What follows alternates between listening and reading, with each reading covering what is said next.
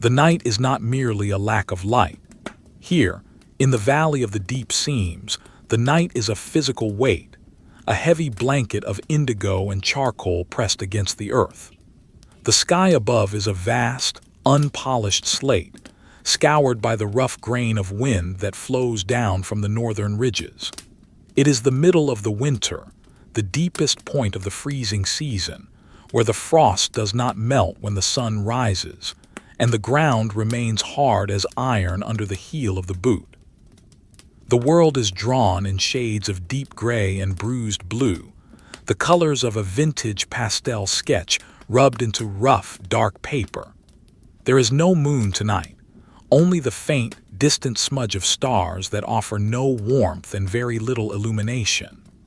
The only light that matters is the dull, yellow glow of the lantern, a small, caged fire that swings rhythmically with the stride of the walker.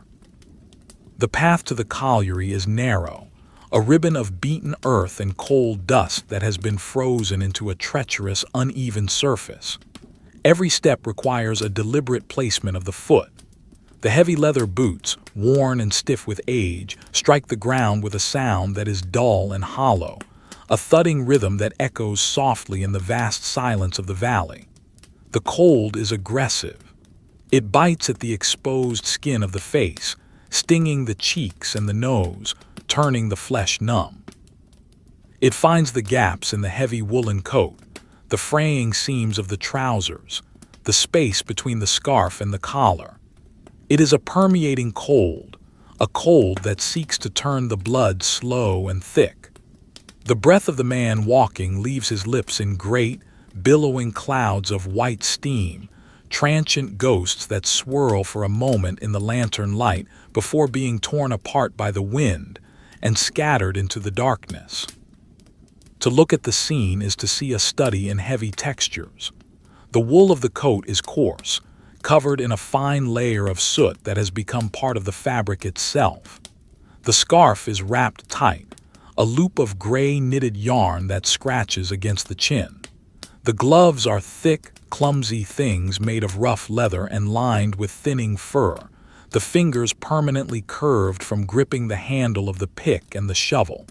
Everything is muted. The sound of the wind is a low, constant moan, a friction of air against the bare branches of the trees that line the ridge. The trees themselves are skeletal, black lines drawn starkly against the dark sky, their limbs motionless except for the shivering caused by the gusts.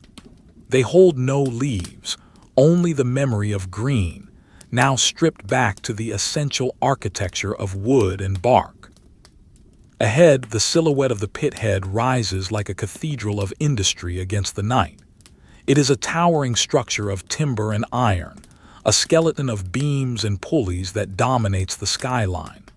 The winding gear, the great wheel at the very top, stands still for the moment, a circle of black iron etched against the indigo void.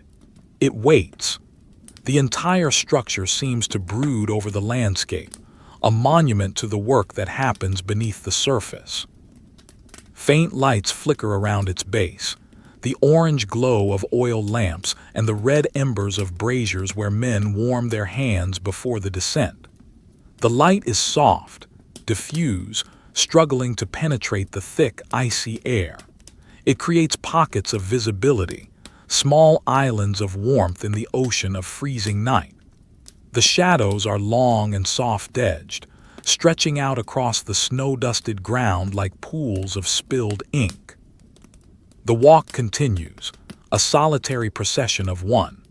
Other figures can be seen in the distance, dark shapes moving along converging paths, all drawn towards the same point. They do not speak. The cold steals the desire for conversation, and the weight of the coming shift presses down on the mind. There is only the sound of boots on frozen ground, the rustle of heavy clothing, and the wind. The air smells of snow and sulfur, a clean, sharp scent mixed with the heavy, earthy odor of the coal. It is the smell of the mine, a scent that clings to the skin and the hair, that never truly washes away. It is the smell of the earth's insides, brought up to the surface and left to hang in the winter air. Approaching the lamp room, the light changes. The harsh blue-black of the exterior world gives way to a warmer, more enclosed atmosphere. The building is brick, the walls thick and sturdy, built to withstand the elements. The windows are small, glowing squares of amber light that spill out onto the frosted ground. Inside, the air is slightly warmer, though still cold enough to see one's breath. It smells of colza oil and brass polish.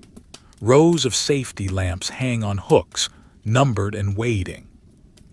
The lamps are heavy, constructed of brass and glass, with a thick wire mesh to prevent the flame from igniting the gas that sometimes lurks in the deep tunnels. The lamp man stands behind the counter, a figure of routine and precision. He does not smile, he does not hurry. He takes the brass check, the small metal disc stamped with a number, and exchanges it for the lamp. It is a ritual transaction, a silent agreement of responsibility. The lamp is checked, the flame inspected to ensure it burns steady and true, a small, unwavering tongue of fire trapped behind the glass. The metal of the lamp is cold to the touch, rapidly absorbing the heat from the gloved hand. It is a reassuring weight, a companion for the hours of darkness ahead. The flame casts a circle of illumination, revealing the texture of the floorboards, the grain of the wood worn smooth by thousands of boots. The shadows in the corners of the room are deep and velvety, heavy with the dust that settles on every surface. The dust is everywhere. It is in the crevices of the floor, on the ledges of the windows, in the creases of the men's faces. It is a fine black powder, soft as flour but heavy with the memory of stone. Leaving the lamp room, the path leads to the shaft. The transition is stark. The warmth of the lamp room is left behind, and the biting wind returns, swirling around the base of the winding tower. The ground here is covered in iron plates, cold and slick with frost. The boots clang against the metal, a sharper, more industrial sound than the dull thud on the earth. The structure of the headframe looms directly overhead, a complex lattice of girders that disappears into the darkness above. The great steel cables, thick as a man's arm, hang down from the wheel, disappearing into the black maw of the shaft. Steam hisses from the engine house nearby, a rhythmic venting of pressure that sounds like the breathing of a great beast. The white plumes of steam rise up and merge with the night, vanishing into the wind. The cage waits. It is a simple iron box suspended over the abyss. The gates are open, revealing the empty space inside. It is a small space designed for utility, not comfort. The floor of the cage is wet, slick with the condensation that forms when the warm air from the mine meets the freezing air of the surface. The men gather, a silent group of dark coats and flat caps, their faces illuminated by the lower glow of their lamps. They step into the cage, packing in tight, shoulder to shoulder. The smell of damp wool and tobacco smoke is strong here. The gate is clattered shut, a harsh, metallic sound that signals the end of the world above. There is a pause, a moment of suspension where the cage hangs motionless. The wind whistles through the gaps in the ironwork, a high, lonely sound. Then the signal is given. A bell rings, clear and sharp. The great wheel high above begins to turn. The floor drops away. The descent is not a fall, but a controlled sinking. The stomach rises slightly, a momentary sensation of weightlessness that is quickly replaced by the feeling of pressure. The light of the surface world, the stars, the distant lanterns, the gray sky, is snatched away in an instant. Darkness rushes up to meet the cage, a total, absolute blackness that presses against the eyes. The only light comes from the safety lamps held by the men, small spheres of yellow that illuminate the wet, brick walls of the shaft rushing upwards. The bricks blur into a continuous vertical streak of gray and brown, slick with moisture. Water drips from the walls, falling on the roof of the cage with a rhythmic tapping sound. The air changes as the cage descends. The biting cold of the winter night is left behind, replaced by a heavy, humid atmosphere. The temperature rises not to a comfortable warmth, but to a cloying, damp heat.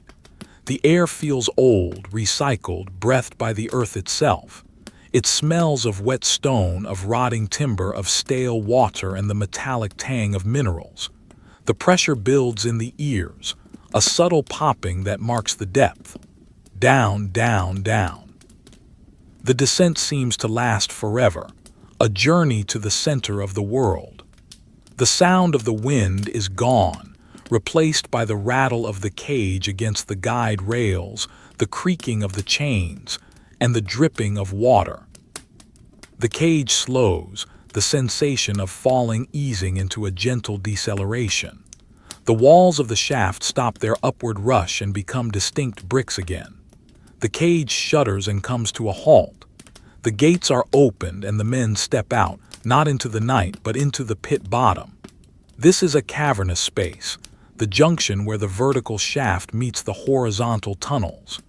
The roof is high here, supported by massive arches of brick and stone, blackened by smoke and age. The floor is covered in a thick layer of mud and coal dust. The lighting is dim, provided by a few fixed lanterns that cast long, grotesque shadows against the curved walls. The atmosphere is thick. The air is filled with a fine mist, a haze of coal dust and moisture that softens every edge and blurs the vision. It is a world of monochrome, drawn in charcoal and graphite. The only colors are the dirty yellow of the flames and the dull gleam of wet rock. The silence here is different from the silence of the surface. It is a heavy, pressurized silence, broken only by the distant sounds of the mine.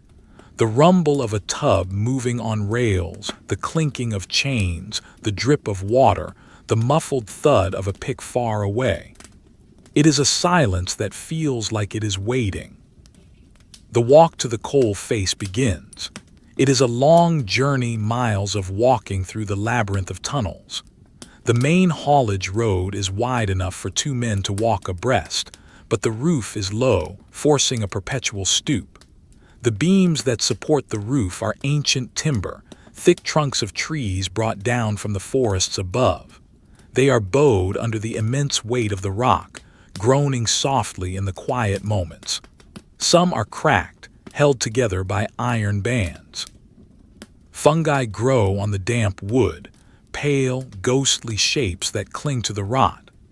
The walls of the tunnel are rough-hewn rock, layered with veins of coal that glitter dully in the passing light. The ground is uneven, a mix of rock, mud, and wooden sleepers that support the rails for the coal tubs. Puddles of black water have formed in the hollows, reflecting the swinging lanterns like dark mirrors. The walking is hypnotic. Step, splash, step, crunch. The rhythm of the boots on the ground merges with the rhythm of the breathing.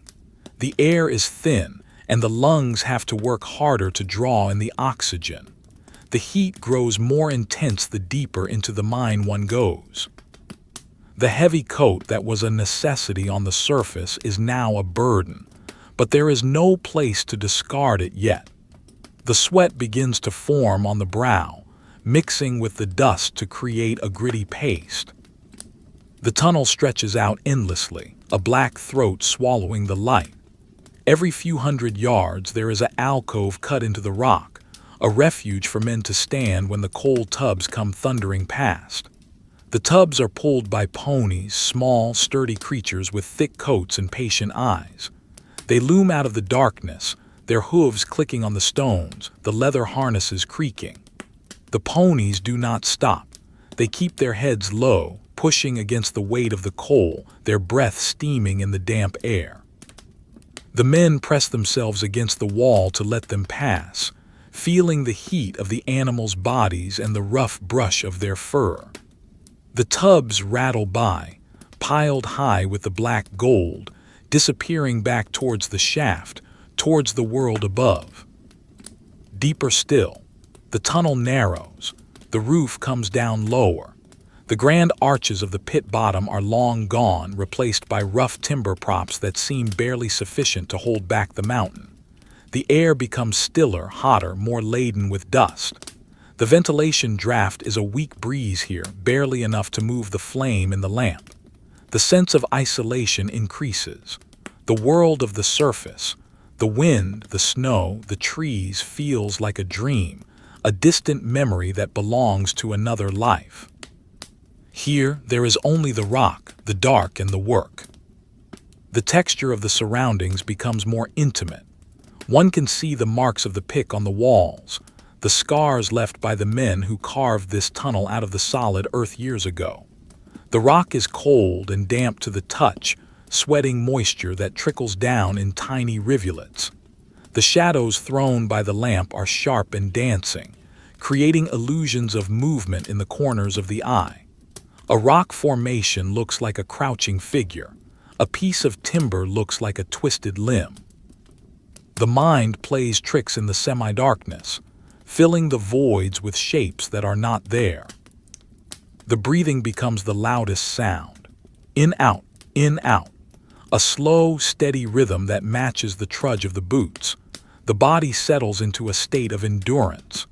The muscles warm up, the stiffness of the cold surface fades, replaced by a dull ache of exertion.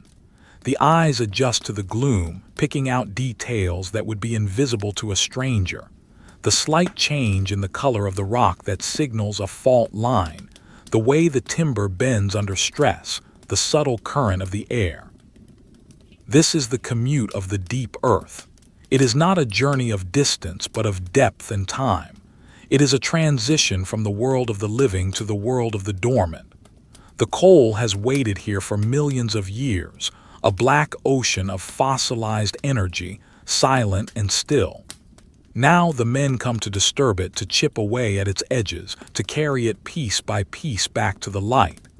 But the mind does not welcome them. It tolerates them.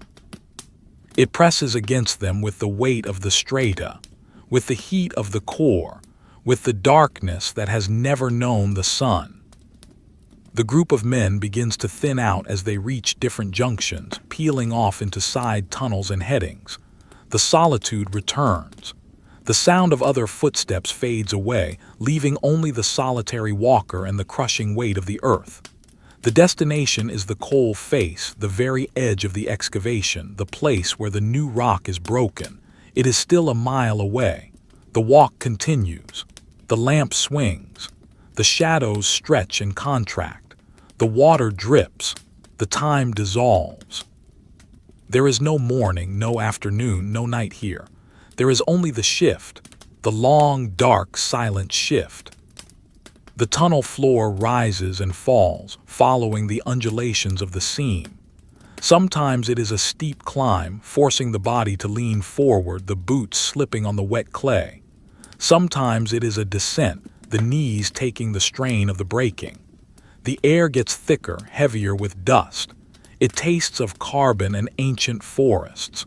The silence is profound, a physical presence that fills the ears.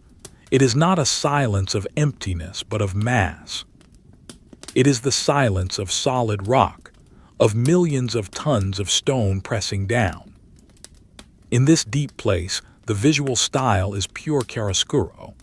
The light from the lamp illuminates only a small sphere, perhaps 6 feet in diameter. Everything outside that sphere is absolute blackness. The light catches the edges of the timber props, rendering them in soft, warm tones of brown and gray. It glints off the wet coal face, creating sharp highlights of silver and black. It softens the features of the walker, turning the face into a sketch of shadows and plains.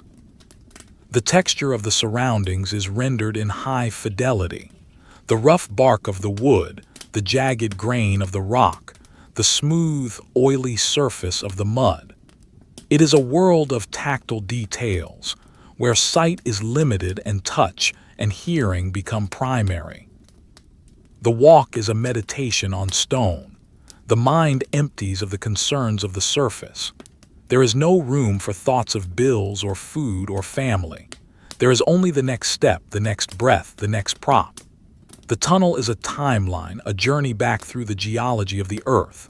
Layers of sandstone, shale, and coal pass by, each one a page in a history book that no one reads. The men are merely visitors here, fleeting sparks of life in a tomb of eternal stillness. The darkness is patient. It has waited for eons, and it will wait long after the men are gone. The lamp flickers, the flame dancing in a sudden draft. The walker pauses, shielding the light with a gloved hand. The draft passes. The silence returns. The walk continues. The tunnel does not end. It merely constricts. The wide, vaulted ceilings of the main haulage roads are a distant memory now, left miles behind in the labyrinthine throat of the mine. Here, at the edge of the workable seam, the world narrows down to a horizontal slot, a thin gap in the Earth's crust that barely accommodates the human form. The transition is gradual, a slow compression of space that forces the body to fold in on itself. First the head bows, then the shoulders stoop, and finally the knees must bend. The walk becomes a shuffle, a crab-like movement through the gloom. The roof, a slab of rough gray shale, hangs just inches above the cap, a constant, brooding presence that threatens to descend at any moment.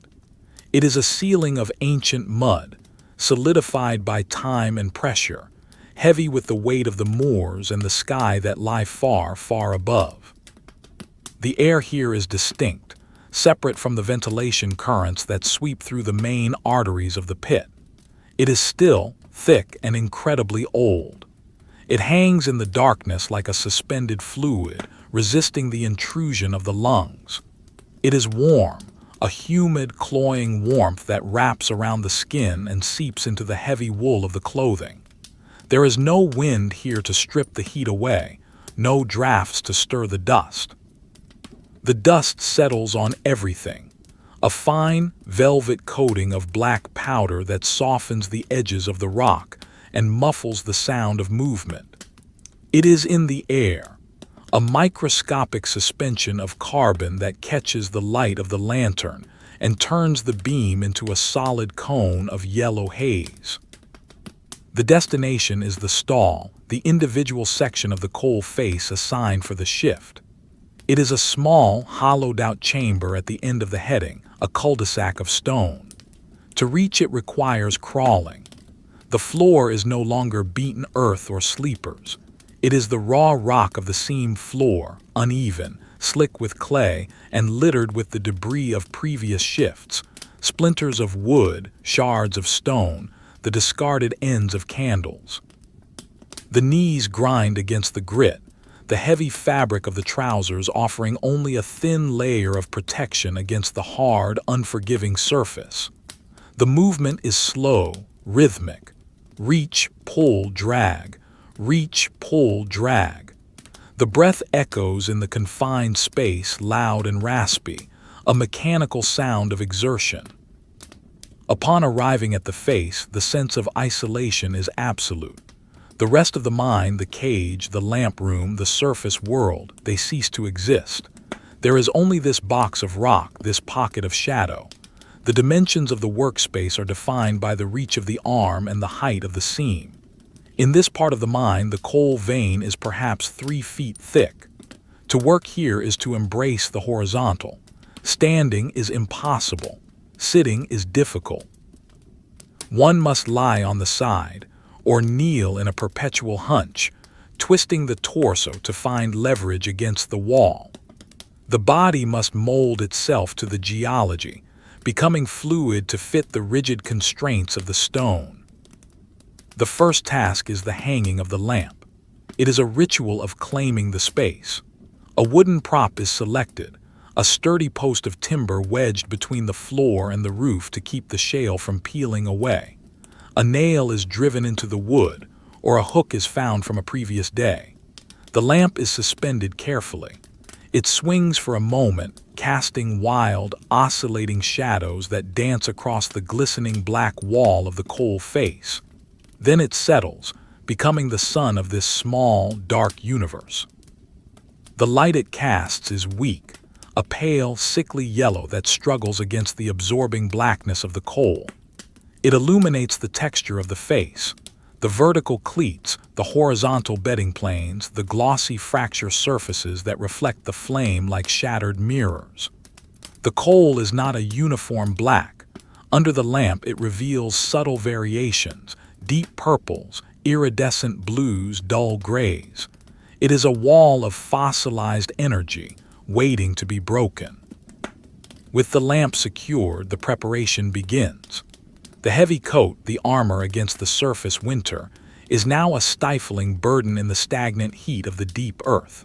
It is removed slowly, the stiff buttons undone with clumsy, gloved fingers. The movement is restricted by the low roof. Elbows knock against the stone, the back brushes against the timber. The coat is folded into a rough cushion and placed on the wet floor, a small island of dry fabric in the sea of mud. The scarf follows, unwound from the neck to reveal skin that is already slick with perspiration. The air feels cooler for a fleeting second against the damp flesh. Then the heat returns, heavier than before. The man is left in his waistcoat and undershirt, the sleeves rolled up to reveal forearms stained with the permanent tattoo of coal dust. The silence in the stall is heavy. It is not empty silence. It is a silence filled with the groaning of the earth. The mine is alive. The strata above are constantly settling, shifting, adjusting to the void that has been created. One can hear the timber props taking the weight, the wood fibers creaking and popping with a sharp, dry sound that cuts through the stillness. Sometimes there is a deep, resonant boom from far away, the sound of the rock moving in the gulf, the abandoned areas behind the working face. Sometimes there is the trickle of water, a steady, rhythmic dripping that sounds like a clock counting down the seconds of the shift. But mostly, there is just the oppressive, heavy quiet, a blanket of soundlessness that presses against the eardrums. The tools lie waiting on the floor metal companions in the dark. The pick is heavy, a double-headed iron anchor with a handle of smooth, polished ash wood. The wood has been darkened by sweat and oil, worn smooth by the friction of the palm. The metal head is cold, scarred by thousands of impacts with the stone. The shovel is broad and flat, its edge honed sharp by use.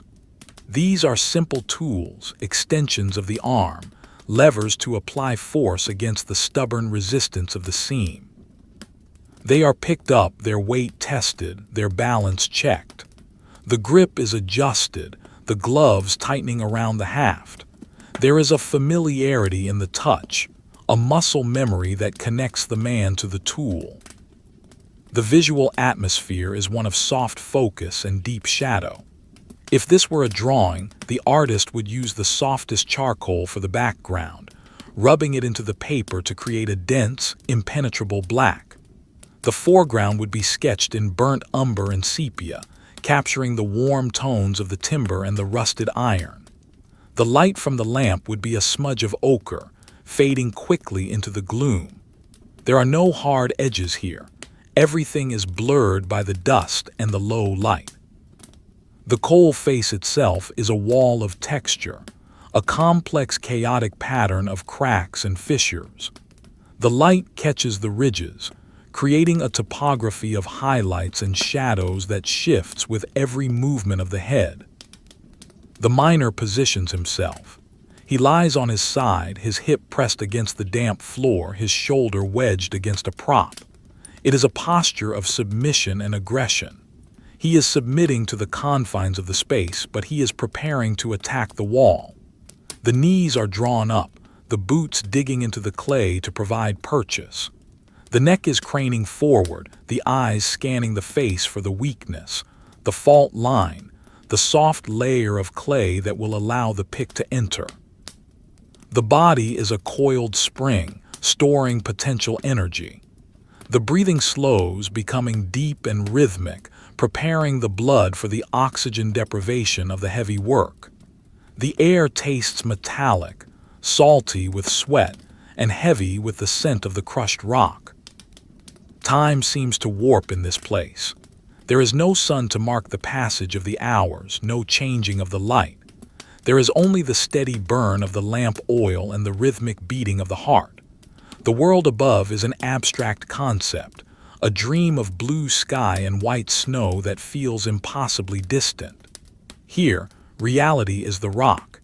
It is the 3 feet of space between the floor and the roof. It is the wall of black stone that must be moved, foot by foot, ton by ton. The psychological weight of the overburden, the millions of tons of rock hanging overhead, is pushed to the back of the mind. To think of it is to invite fear, and fear is a distraction. There is only the immediate, the tactile, the present. The dust motes dance in the beam of the lamp, swirling in the convection currents created by the heat of the flame and the warmth of the body. They are like tiny stars in a dark galaxy, revolving slowly in the stagnant air. Some settle on the eyelashes, on the lips, gritty and dry. The taste of coal is constant. It coats the tongue, the teeth, the back of the throat. It is an earthy, bitter taste, the taste of carbonized vegetation from a time before humanity existed. To work in the mine is to consume the mine, to breathe it in and make it part of the body. The miner runs a gloved hand over the face of the coal. It is cool, smooth in places, rough in others. He feels for the curving, the undercut. The strategy is to hack away the lower layer of the seam, leaving the upper block unsupported so that it can be wedged down. It is a process of undermining, of patient erosion. The rock does not want to give. It is solid, stubborn, knit together by the pressure of eons. It requires persuasion, force applied at the right angle at the right moment. The hand traces a vein of shale, a gray intrusion in the black mass. This is the weak point. This is where the iron will bite. The stillness before the first strike is profound. It is a moment of gathering, of focusing the will. The darkness presses in closer as if curious to see what will happen. The shadows lengthen. The timber props stand like silent sentinels watching. The lamp flame flickers once, then steadies. The only sound is the creaking of the leather belt, the rustle of the fabric against the stone floor. The man is a statue, frozen in the amber light, a tableau of labor waiting to animate. The scene is static, a heavy, somber composition of man and stone. He shifts his weight, finding the optimal angle. The space is so tight that the swing of the pick must be short, a chopping motion rather than a full arc. The muscles of the shoulder and the back bunch under the shirt. The anticipation builds. The cold of the floor seeps through the layers of clothing, a reminder of the hostile environment, but the internal heat of the body is rising to meet it. The duality of the sensation, freezing rock against the hip, burning exertion in the muscles, is the defining physical experience of the hewer. The eyes narrow, focusing on a single point on the coal face. A small protrusion, a lip of shiny black rock that catches the light. That is the target. The mind clears of all other thoughts. There is no wind, no snow, no walk, no cage. There is only the point of impact. The universe has contracted to the tip of the pick and the surface of the coal. The silence stretches, taut as a bowstring. The deep earth waits. The breath is held for a fraction of a second. The stillness is absolute, a heavy, suffocating pause in the flow of time. Then the movement begins.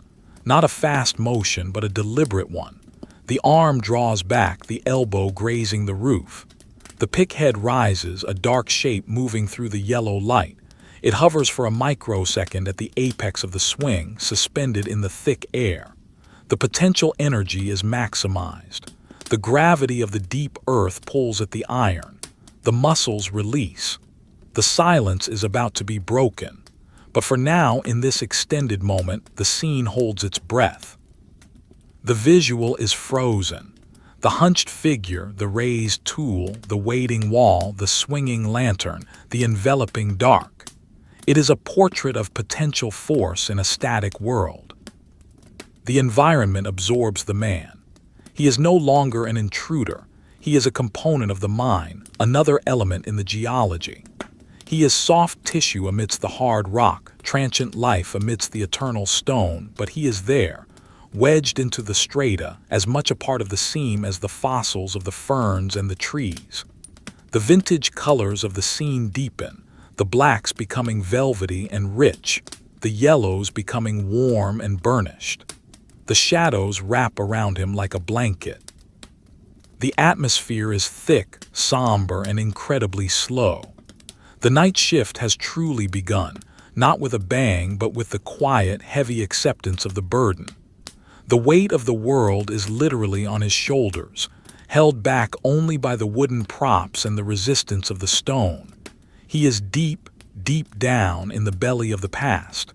The first blow is ready to fall. The first blow lands. It is not a sharp, ringing impact, but a dull, deadened thud. The iron point of the pick bites into the coal face, sinking perhaps an inch into the compressed vegetation of a prehistoric age. The shock of the collision travels up the shaft of the tool, vibrating through the ashwood handle into the thick leather gloves and dissipating deep within the muscles of the forearms and shoulders. It is a jarring sensation, a sudden stop to the momentum that rattles the bones. The silence of the stall is broken, but not shattered. The sound is immediately swallowed by the density of the surrounding rock and the heavy, damp air. It is a muffled sound, like a hammer striking a thick bag of wool. A small puff of black dust explodes from the point of impact. It rises slowly, a dark, nebulous cloud that curls into the yellow beam of the lantern. It hangs there, suspended in the stagnant heat, refusing to settle. This is the first breath of the seam, the release of particles that have been trapped together for millions of years. The miner pulls back on the handle, levering the point free. The coal groans, a dry, cracking sound, as a fist-sized chunk separates from the main mass and falls to the floor with a soft clatter. The fresh surface revealed underneath is glossy and jet black, glistening with a microscopic sheen of moisture. The rhythm begins. It is a slow, methodical cadence, dictated by the constraints of the space and the resistance of the material. Swing, thud, drag, pause, swing, thud, drag, pause. There is no room for a full, sweeping arc. The movement is generated from the elbows and the waist, a short, chopping stroke that relies on precision rather than brute force. The miner is a machine of flesh and bone, synchronized with the geology. His breathing settles into the pattern of the strikes. A sharp exhalation with the blow, a slow inhalation with the recovery. The air he breathes in is already changing, becoming thicker, grittier, tasting of the dust he has just liberated. The work is intimate. The face of the coal is only inches from the eyes. Every strike is a study in texture. The pick seeks out the natural cleavages in the rock, the invisible fault lines where the layers of sediment are weakest. Sometimes the iron glances off a hard nodule of pyrites, fool's gold, sending a shower of orange sparks cascading into the darkness. These sparks are fleeting, burning for a fraction of a second before vanishing, tiny comets in a black universe. They leave a smell of burning sulfur, a sharp, acrid tang that mixes with the earthy scent of the coal. As the minutes lengthen into an hour, the physical reality of the hewing sets in. The position is unnatural. Lying on the side, the hip grinding into the hard floor, the neck craning constantly to see the target. The muscles of the lower back begin to tighten, a dull ache that spreads slowly outward. The knees, pressed against the rough clay, feel the cold dampness seeping through the heavy trousers. But the upper body is burning. The exertion in the stagnant, heated air causes the sweat to flow freely. It runs down the forehead, stinging the eyes. It mixes with the cold dust on the face, creating a black, gritty mask. Rivers of sweat trace lines through the soot on the arms and chest, highlighting the anatomy in the dim lantern light. The visual field is dominated by the interplay of shadow and dust. The air in the stall is no longer clear. It is filled with a fine suspension of particles, a haze that softens the light and blurs the edges of the objects. The lantern beam is now a solid, visible thing, a cone of illuminated fog. The light does not reach the corners of the stall. They remain in deep, impenetrable shadow, charcoal darkness that seems to press inward. The timber props appear as ghostly silhouettes, their rough bark texture smoothed out by the gloom. The roof, that brooding slab of gray shale just above the head, seems to lower itself further, weighed down by the shadows. The pile of broken coal grows slowly beneath the face. It is a heap of jagged black diamonds absorbing the light. The sound of the pick hitting the loose coal is different, a crisp, rattling sound, distinct from the dull thud against the solid wall. Periodically, the pick is exchanged for the shovel. The change in tool offers a brief respite to the muscles used for hewing, but engages a new set for loading. The shovel scrapes against the stone floor, a harsh, grating noise. The coal is scooped up and thrown back towards the tub that waits at the entrance of the stall.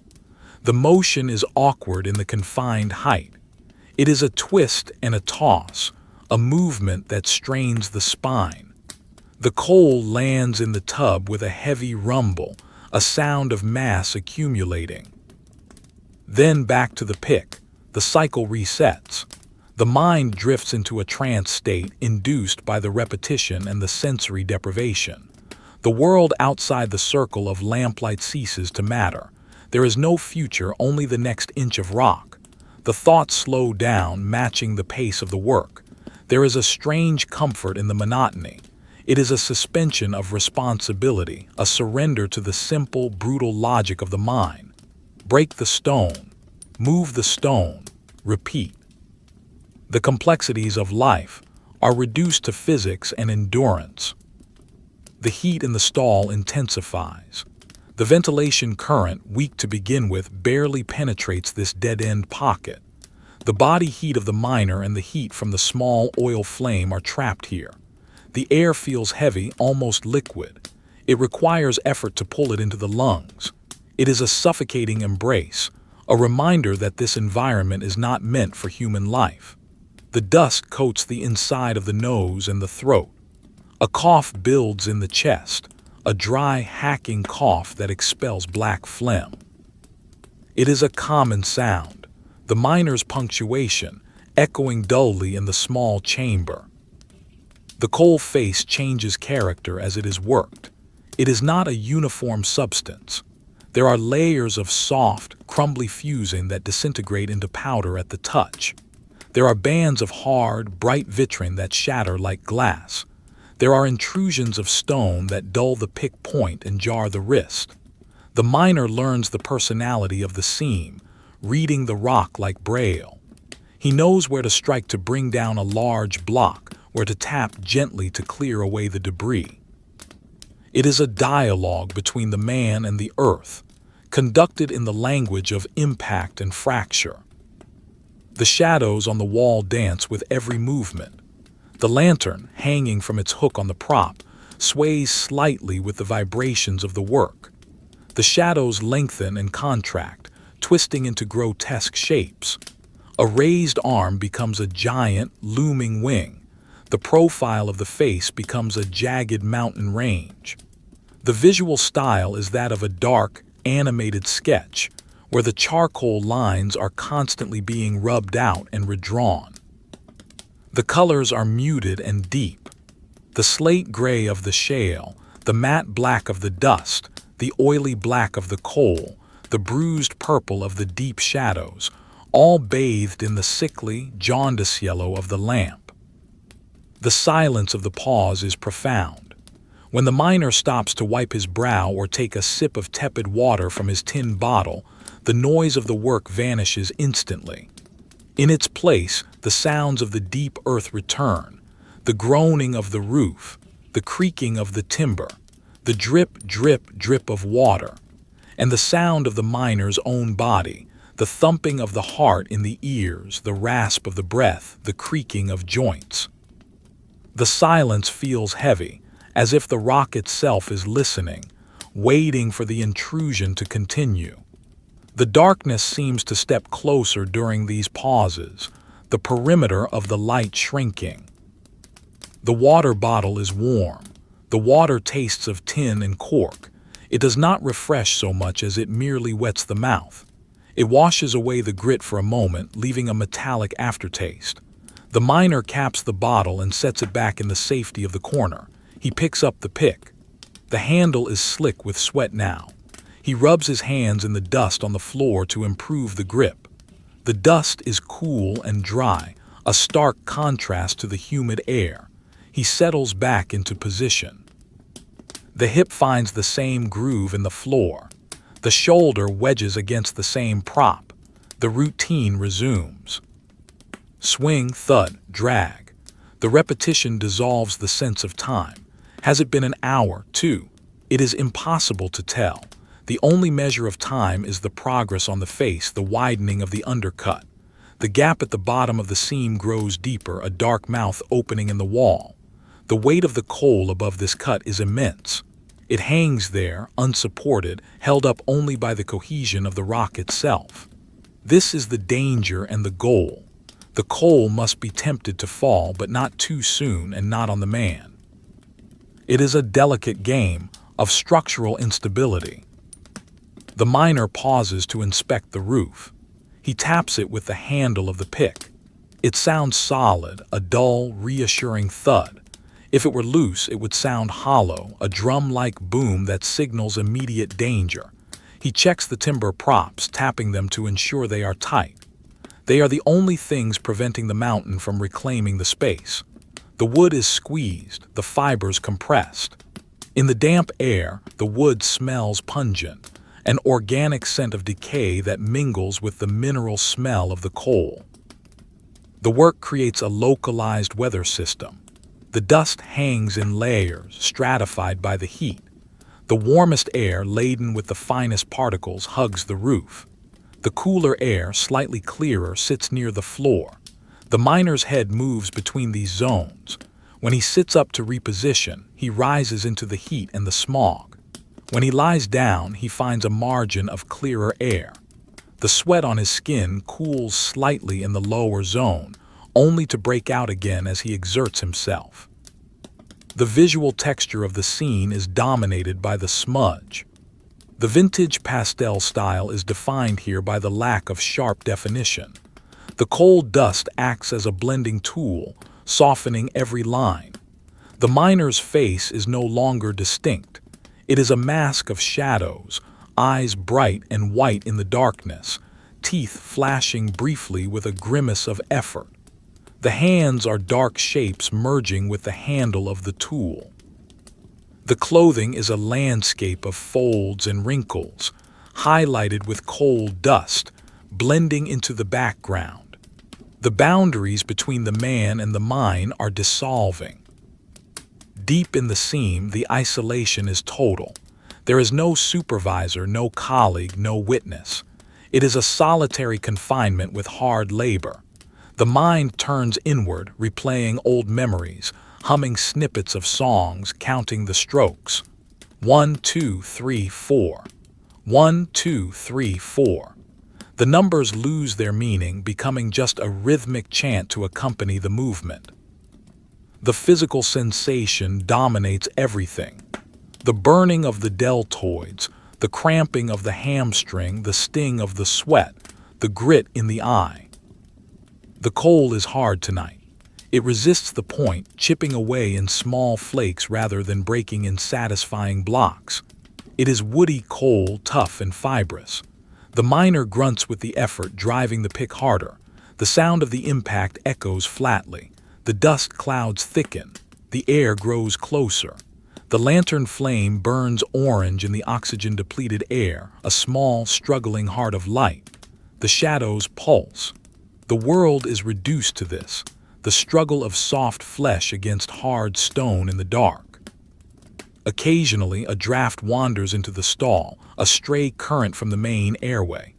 It is a ghostly touch, a breath of cooler air that stirs the dust and makes the lamp flame dance. It brings with it the sounds of the wider mine, the distant rumble of the haulage, the far-off slam of a door. These sounds are muffled and distorted like sounds heard underwater. They serve only to emphasize the remoteness of the stall. Then the draft dies and the heavy, warm stillness returns. The dust settles back into its slow, swirling orbit. The silence clamps down. The miner stops to sharpen the pick. He takes a small stone from his pocket and runs it along the iron point. Scritch, scritch, scritch. The sound is high and thin, scratching at the nerves. He tests the point with his thumb. It is sharp enough. He wipes the blade on his trousers. He looks at the wall of coal. It seems unchanged, infinite. The amount removed seems trivial compared to the mass that remains. But that is the nature of the work. It is an erosion, a slow, patient wearing down of the obstacle. He resumes. The rhythm picks up again, seamless as if he never stopped. The body knows what to do. The mind recedes. The sensation of freezing cold from the surface is a distant memory replaced by this subterranean fever. The wind of the valley is forgotten, replaced by this stagnant calm. The blue of the sky is a myth. There is only the black of the coal and the yellow of the flame. The universe is a box of rock, and he is the engine inside it driving the cycle of extraction. Swing, thud, drag. The dust rises. The time drifts. The night shift continues its slow, grinding march through the geology of the dark. The weight of the earth is heavy, but the endurance of the man is a counterweight, a quiet, persistent force pushing back against the stillness. The heap of broken coal at the foot of the face has grown. It is a rugged, chaotic mound of black geometry, a collection of sharp angles and fractured planes that absorbs the feeble light of the lantern. It sits there, a tangible measure of the energy expended, a heavy, inert mass that must now be moved. The pick is set aside, lowered gently to the floor to avoid sparking against the rock.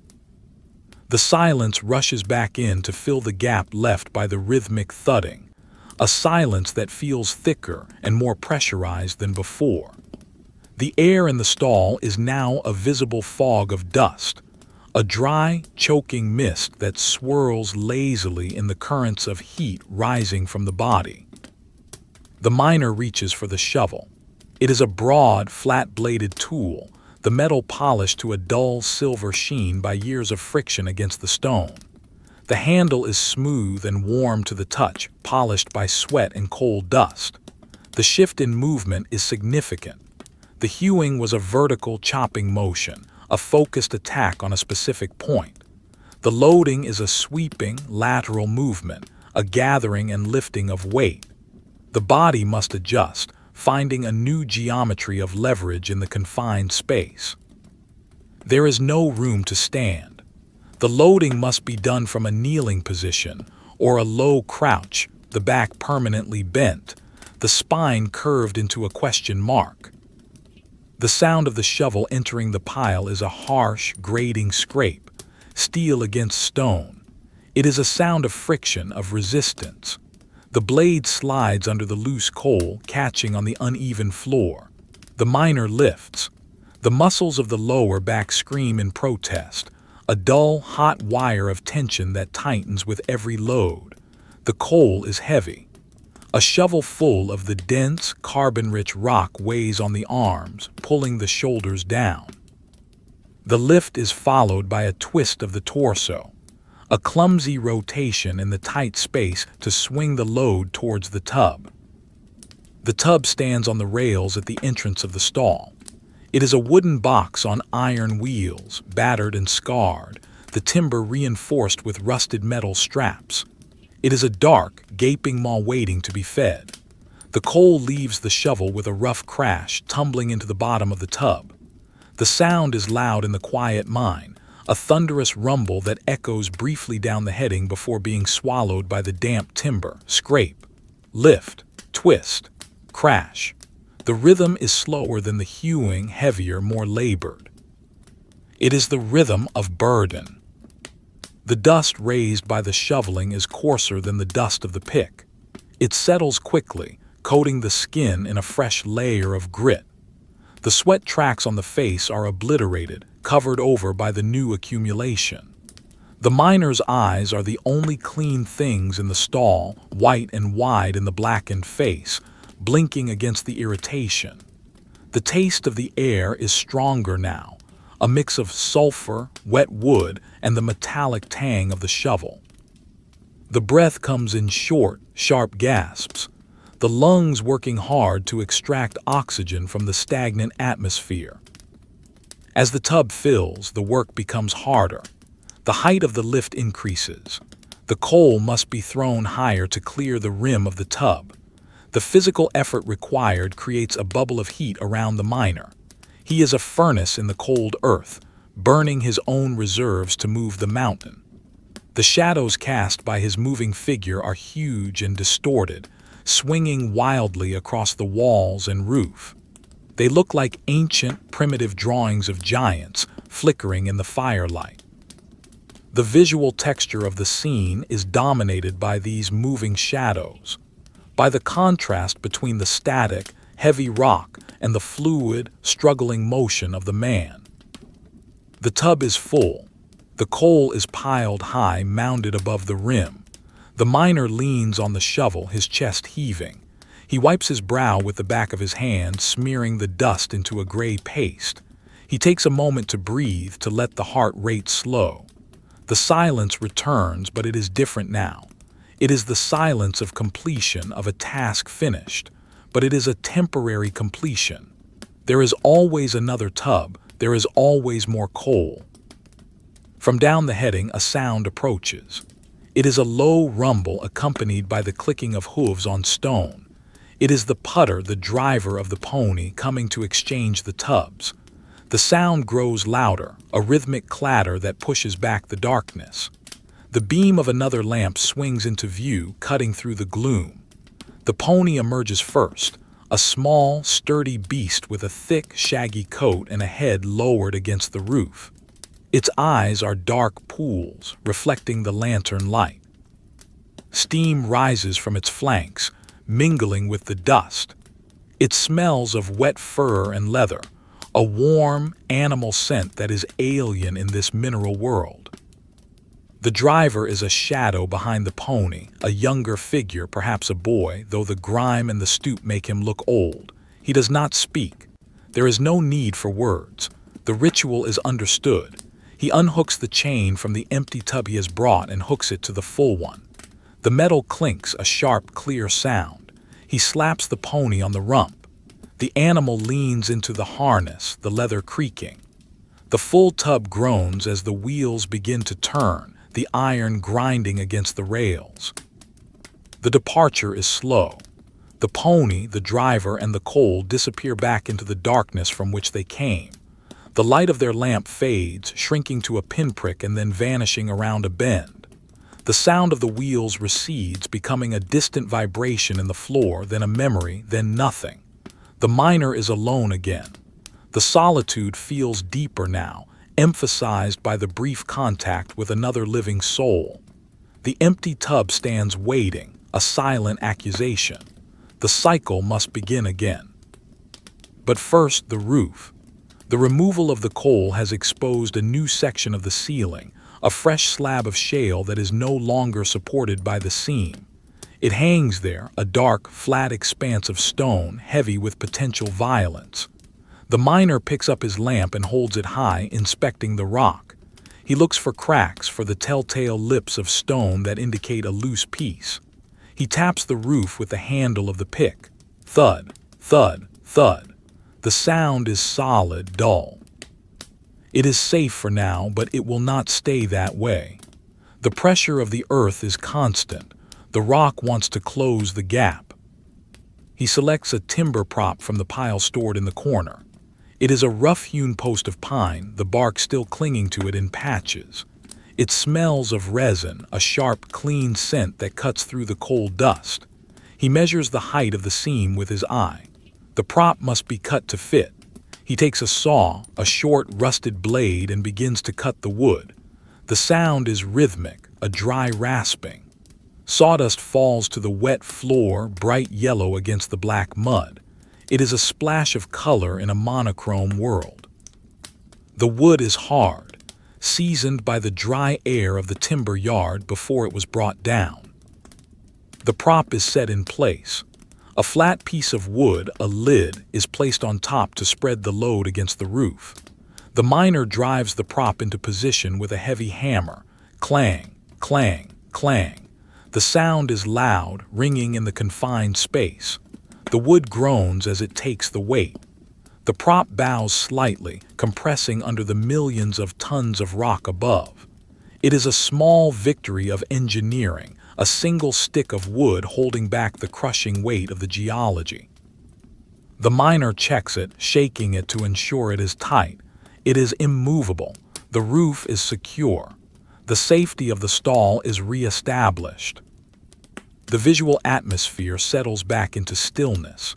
The dust raised by the loading and the timbering begins to drift down. The lamp flame burns steadily, a small, yellowish-orange tear in the fabric of the dark. The shadows stop their wild dancing and return to their long, slow creep. The texture of the scene is soft and heavy. The rough grain of the timber prop, the smooth gloss of the coal face, the matte black of the dust, all are rendered in the low light with a blurred, dreamlike quality. It is a picture of dormancy, of a world waiting. The miner sits for a moment on the edge of the empty tub. The metal is cold against his trousers, a sharp contrast to the heat of his skin.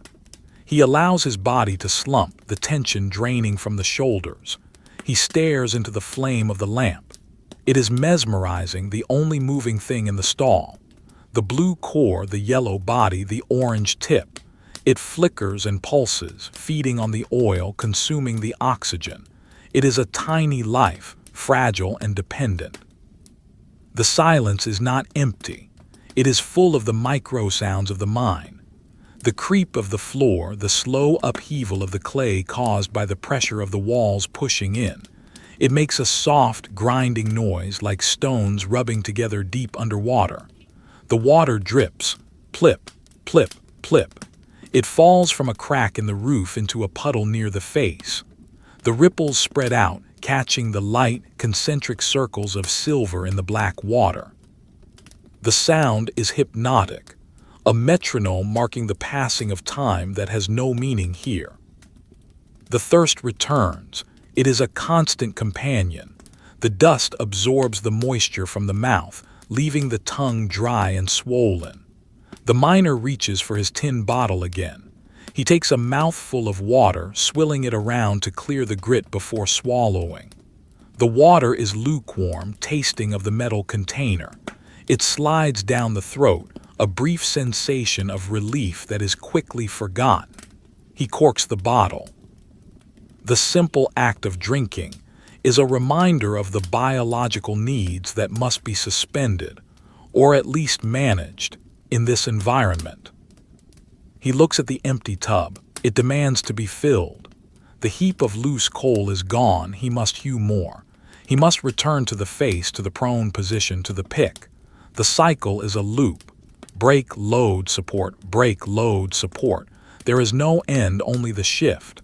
The concept of the end of the shift is too distant to contemplate. It is hours away, miles of effort away. To think of it is to invite despair. So he does not think, he exists, he functions.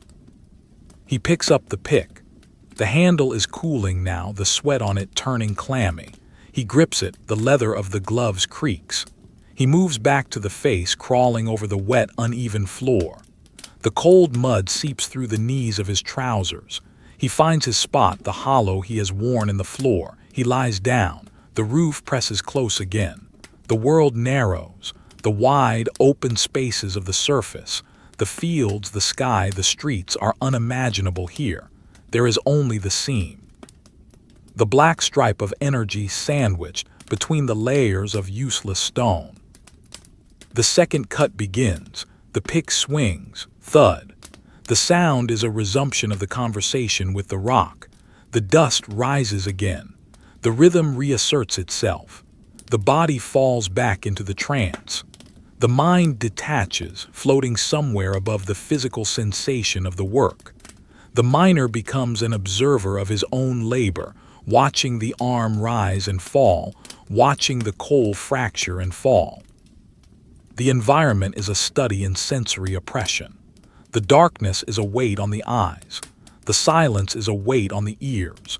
The heat is a weight on the skin. The rock is a weight on the mind. Everything presses in. The only resistance is the will of the man and the strength of the timber. It is a static battle, a war of attrition fought in slow motion. The wind outside on the surface is howling, driving snow across the valley, freezing the trees. But here, there is no wind. There is only the heavy, still, ancient air. The breath of the mine. The light plays tricks. As the fatigue sets in, the shadows seem to detach themselves from the objects and move independently. The corner of the stall seems to deepen, stretching back into infinity. The grain of the rock seems to flow like water. The mind seeks patterns in the chaos, finding faces in the coal, landscapes in the roof. It is the miner's eye, the hallucination of the deep. The miner blinks, shaking his head to clear the vision. The rocks become rocks again. The coal becomes coal. The work continues. The accumulation of small discomforts grows. The grit inside the boot rubbing against the heel. The stiff collar of the shirt chafing the neck. The cramp in the hand from gripping the handle. These are not sharp pains, but a low-level background noise of physical distress. They are part of the uniform, worn like the heavy boots and the cap. To notice them is to acknowledge them, so they are ignored, pushed down into the subconscious. The visual palette remains dark and earthy. Deep umber, burnt sienna, charcoal gray, lamp black. The only light is the warm, limited pool from the safety lamp. It creates a vignette effect, fading to absolute black at the edges. The scene looks like an old, damaged photograph, the edges burned and obscured. The focus is soft, the details emerging from the darkness only to be swallowed again. The pickhead is a blur of motion. The coal face is a wall of glistening facets. The man is a shape, a volume of dark wool and gray flannel, merging with the shadows. He pauses to listen. The mine is speaking. A low boom from the gulf, the area where the coal has been removed and the roof allowed to collapse. It is the sound of the earth healing the wound, the strata settling back into place. It is a reminder of the temporary nature of the stall. This space is borrowed. The earth will reclaim it. The miner is a transient guest, stealing the coal before the roof comes down. The thought is not frightening. It is simply a fact of the geology. The boom fades, leaving a vibration in the air that lingers like a ghost. He swings the pick, thud. A large block of coal comes loose, sliding down the face with a hiss of dust. It is a good piece, solid and clean, a small satisfaction. The work has a purpose. The coal will burn. It will drive steam engines, warm houses, smelt iron. It is the fuel of the world, and he is the harvester. But here in the dark, it is just heavy black stone. He pulls it away with the pick point, clearing the face for the next strike. The rhythm goes on. The night shift stretches out. a long, dark road with no horizon. The cold of the surface is forgotten. The heat of the deep earth is the only reality. The depth of the mine is a concept that transcends simple measurement. It is not merely a matter of feet or fathoms. It is a pressure, a density of atmosphere that wraps around the consciousness. Here, in the hollowed-out vein of the earth, the surface world is not just far away. It is a different dimension, a realm of light and air that has no bearing on the current reality. The miner exists in a capsule of eternal present, a continuous loop of exertion and pause, defined solely by the swing of the pick and the scrape of the shovel. The silence that fills the gaps between the sounds of labor is thick, a physical substance that presses against the eardrums like water. It is the silence of the strata, the mute, heavy weighting of the rock that has lain undisturbed since the Carboniferous age. The air in the stall has thickened. The ventilation current, always weak in these remote headings, seems to have stalled completely. The heat is static, a heavy blanket of humidity that clings to the skin. It smells of ancient things, of wet shale, of decaying timber, of the sulfurous breath of the coal itself. It also smells of the man, of sweat soaked into heavy wool, of the stale tobacco in the tin in his pocket, of the oil burning in the lamp. The lamp flame has grown taller and more orange, stretching upward as if gasping for oxygen. It casts a light that is rich and syrupy, painting the walls of the stall in shades of bruised gold and deep, velvet brown. The shadows are no longer just absence of light. They are heavy, tangible presences that pool in the corners and drape themselves over the uneven floor. The work has settled into a grinding monotony. The initial stiffness of the shift has passed, replaced by a dull, throbbing fatigue that sits deep in the muscles. The shoulders burn with a low, constant fire. The hands, encased in the thick leather gloves, are permanently curved into the shape of the handle. The fingers feel stiff as if the joints are slowly turning to stone. The miner does not stop. He cannot stop.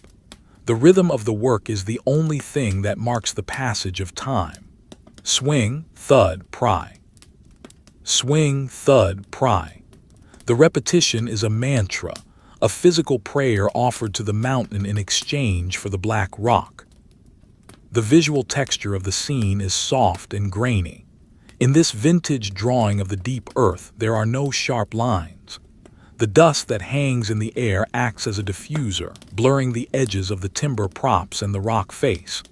Everything is rendered in soft focus, a smudge of charcoal on rough paper. The miner's face is a study in chiaroscuro, the features flattened by the soot, the eyes deep-set and shadowed. He looks like a part of the mine, a statue carved from the coal and brought to a semblance of life. The colors are muted, a limited palette of sepias, grays, and blacks, with only the flame offering a point of warmth. A new sound begins to bleed into the stillness. It is faint at first, a vibration in the floor more than a noise in the air. It is the rhythmic thrumming of the haulage, the heartbeat of the mine. It grows louder, resolving into the distinct click-clack of hooves on the sleepers and the rumble of iron wheels. The pony is returning. The sound is a tether to the rest of the pit, a reminder that there are other living things in this subterranean world. The miner pauses, resting the pick against his thigh. He wipes the sweat from his eyes with a gritty forearm and turns his head towards the entrance of the stall. The light from the putter's lamp precedes them, a pale, swinging beam that cuts through the dust fog. Then the pony emerges from the darkness. It is a slow, lumbering entrance. The animal is small, a sturdy cob bred for the low roofs and the heavy pulling. Its coat is a dark, rough texture, matted with dust and sweat. In the vintage pastel style, the pony is drawn in heavy strokes of burnt umber and black, its form merging with the shadows. Its head is low, bowing to the roof, a posture of permanent submission. The harness is heavy leather and rusted chain, creaking with every step. The pony stops. The driver, the silent shadow behind it, unhooks the empty tub and attaches the full one. The clink of the metal is sharp and precise, but the miner does not look at the driver, he looks at the horse. There is a moment of communion between the two laborers. The pony stands still, its sides heaving gently.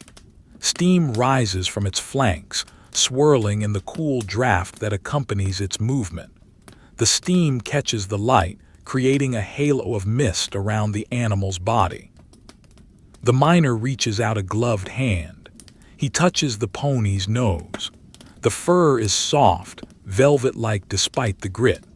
The horse huffs, a warm, moist breath that smells of hay and molasses, a scent of the surface fields brought down into the dark. The eye of the pony is a dark, liquid pool. It reflects the lamp flame, a tiny, dancing star in the center of a black universe. There is no judgment in that eye, only a quiet, enduring patience.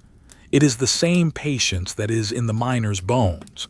They are both beasts of burden, yoked to the wheel of industry, serving the appetite of the furnace. The moment holds.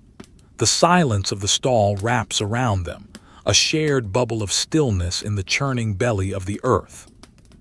The touch is brief, a fleeting connection of warmth in the cold geology. Then the driver slaps the pony's rump, a soft, dull sound. The animal leans forward, the muscles of its hindquarters bunching under the dusty coat. The chains pull taut. The full tub groans, the wheels protesting against the rails. The inertia is broken. The load begins to move. The pony disappears back into the tunnel, dragging the fruit of the miner's labor with it. The light fades. The rumble recedes. The silence rushes back in, heavier than before. The miner is alone again. The solitude feels more acute now. The absence of the warm, breathing animal leaving a void in the stall. He turns back to the face. The coal is waiting. It is indifferent to his fatigue, indifferent to the pony, indifferent to the passage of time. It simply is, a wall of black stone 300 million years old. The miner kneels on the floor, the clay wet and cold against his knees. He picks up the shovel. The handle is warm where he held it before. He begins to clear the debris left by the last bout of hewing. The shovel scrapes the floor, scritch, scrape, lift. The sound is harsh, abrasive. The mind drifts. In this state of sensory deprivation and repetitive motion, the thoughts become fluid, untethered. He thinks of the surface, but not in clear images. He thinks of the sensation of wind, the way it feels to have air move rapidly across the face. Here, the air is stagnant. If he holds his hand out, the dust motes do not move. He thinks of the color green. It is a difficult color to visualize in the dark. The mind summons the idea of grass, of leaves, but they appear as gray ghosts, desaturated by the environment. The dominant reality is black. Black rock, black dust, black shadow. The thirst is a constant background note, a dryness that starts in the throat and spreads to the chest. He stops to drink again. He uncorks the tin bottle. The sound of the cork coming out is a small pop, loud in the quiet. He tilts his head back. The water is tepid, tasting of the metal flask and the rubber seal. It flows down, washing away the layer of coal dust that coats the mucous membranes. It is not refreshing, but it is necessary. He wipes his mouth. The grit grinds between his teeth. He caps the bottle, looks at the roof. The slate above his head is a road map of stress. He can see the faint lines of fracture, the hairline cracks that trace the pressure of the overburden. He knows the roof is settling. He can hear it. It makes tiny, ticking sounds like a clock winding down. Tick, tick, tick. It is the sound of the stone adjusting to the void. He picks up the hammer and a wedge. He needs to tighten a prop. He crawls over to the timber post on the left. He inserts the wedge between the prop and the lid. He swings the hammer. Clang. The sound rings, a bell tone that is quickly dampened by the coal. He hits it again. Clang, the prop groans, the wood fibers compress. The roof is held at bay for another hour. The physical sensation of the mine is one of enclosure. It is a hug that is too tight. The walls seem to be slowly moving inward. The floor seems to be rising. The roof is definitely lower than it was at the start of the shift. It is a psychological compression as much as a physical one. The world has shrunk to a box of rock, 10 feet wide, 3 feet high. The miner is the nucleus of this cell. His movements are restricted, economical. He does not waste energy on large gestures. Every movement is calculated to achieve the maximum result with the minimum effort. He lies down again to hew. The position is familiar, a groove worn into the routine. His hip finds the hollow in the floor. His shoulder finds the support of the prop. He raises the pick. The metal is heavy. Gravity pulls it down. He fights gravity to lift it. He uses gravity to drop it. Swing. Thud. The point strikes the coal. A shard flies off, hitting his cheek. It stings, a sharp, momentary pain that is barely registered. A small trickle of blood mixes with the sweat and the dust, forming a dark, invisible smear on the skin. The dust is mesmerizing. In the beam of the lamp, it swirls in complex, turbulent patterns. It looks like smoke, like a living entity that breathes and shifts. It settles on everything. It is in the eyebrows, turning them into heavy black arches. It is in the ears, muffling the hearing. It is in the pores of the skin, a tattoo of labor that will never truly wash out. The miner is becoming the mine. The boundary between the man and the environment is dissolving. He is coated in the earth, breathing the earth, sweating into the earth. The heat is cloying. It is a damp, swampy heat that saps the strength. The wool vest is soaked. The trousers stick to the legs. The air feels heavy in the lungs as if it has weight. To breathe is to lift a weight. In, out, in, out. The rhythm of the breath syncs with the rhythm of the pick. It is a slow, steady cadence. There is no rush. To rush is to make a mistake. To rush is to overheat. To rush is to die. The mind demands patience. It yields its treasure slowly, reluctantly. The visual field is a vignette.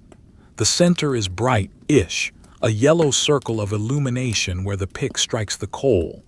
The edges are dark, fading into a deep, impenetrable black. Outside the circle of light, the imagination takes over. The darkness seems to stretch for miles. It hides the rest of the stall, the tunnel, the way out. It feels infinite. The miner focuses on the circle. That is his world. The rest is just void. He works a section of the face that is laced with damp, soft, powdery coal dust trapped between the hard layers. When the pick hits it, it puffs out like a bag of flour bursting. The cloud obscures the vision completely for a moment. He closes his eyes and keeps swinging. He knows where the rock is. He can feel it through the handle of the tool. Thud, thud. He listens to the sound to judge the quality of the coal. A clear ring means hard coal. A dull thud means soft coal. A hollow boom means loose roof. He is conducting a symphony of stone. The solitude is profound. It is not just being alone, it is being buried. There is a mile of rock between him and the sky. He is deeper than the roots of the trees, deeper than the water table, deeper than the foundations of the houses. He is in the basement of the world. The weight of that knowledge is always there, a subtle pressure at the back of the mind. But he does not dwell on it. To dwell on it is to invite the panic.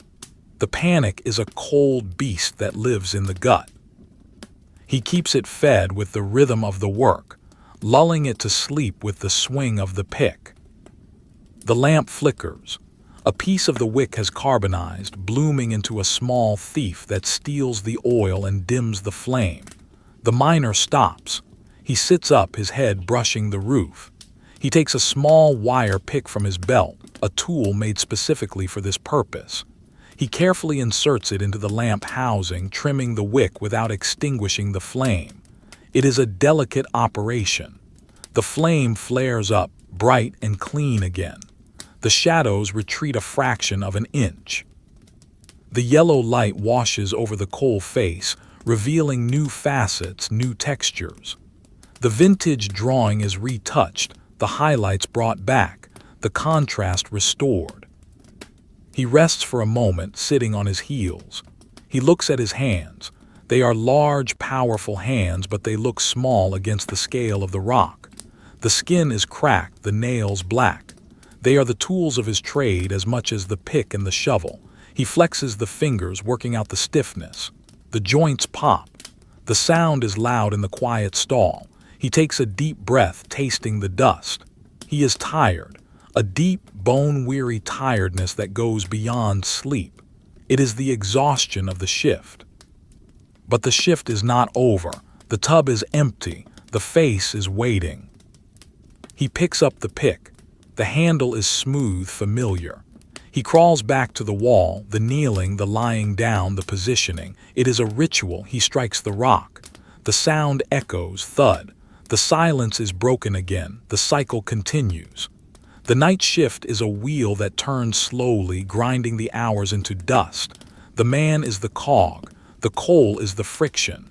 The darkness is the grease. And the wheel turns and turns and turns. The concept of middle does not exist in the deep mine. There is no beginning, middle, or end to the darkness. It is a continuum, a circle of time that rotates without progressing. The miner is suspended in this loop, a figure carved from shadow and fatigue, etched against the black backdrop of the seam. The tub, the wooden box that demands to be filled, is half full now.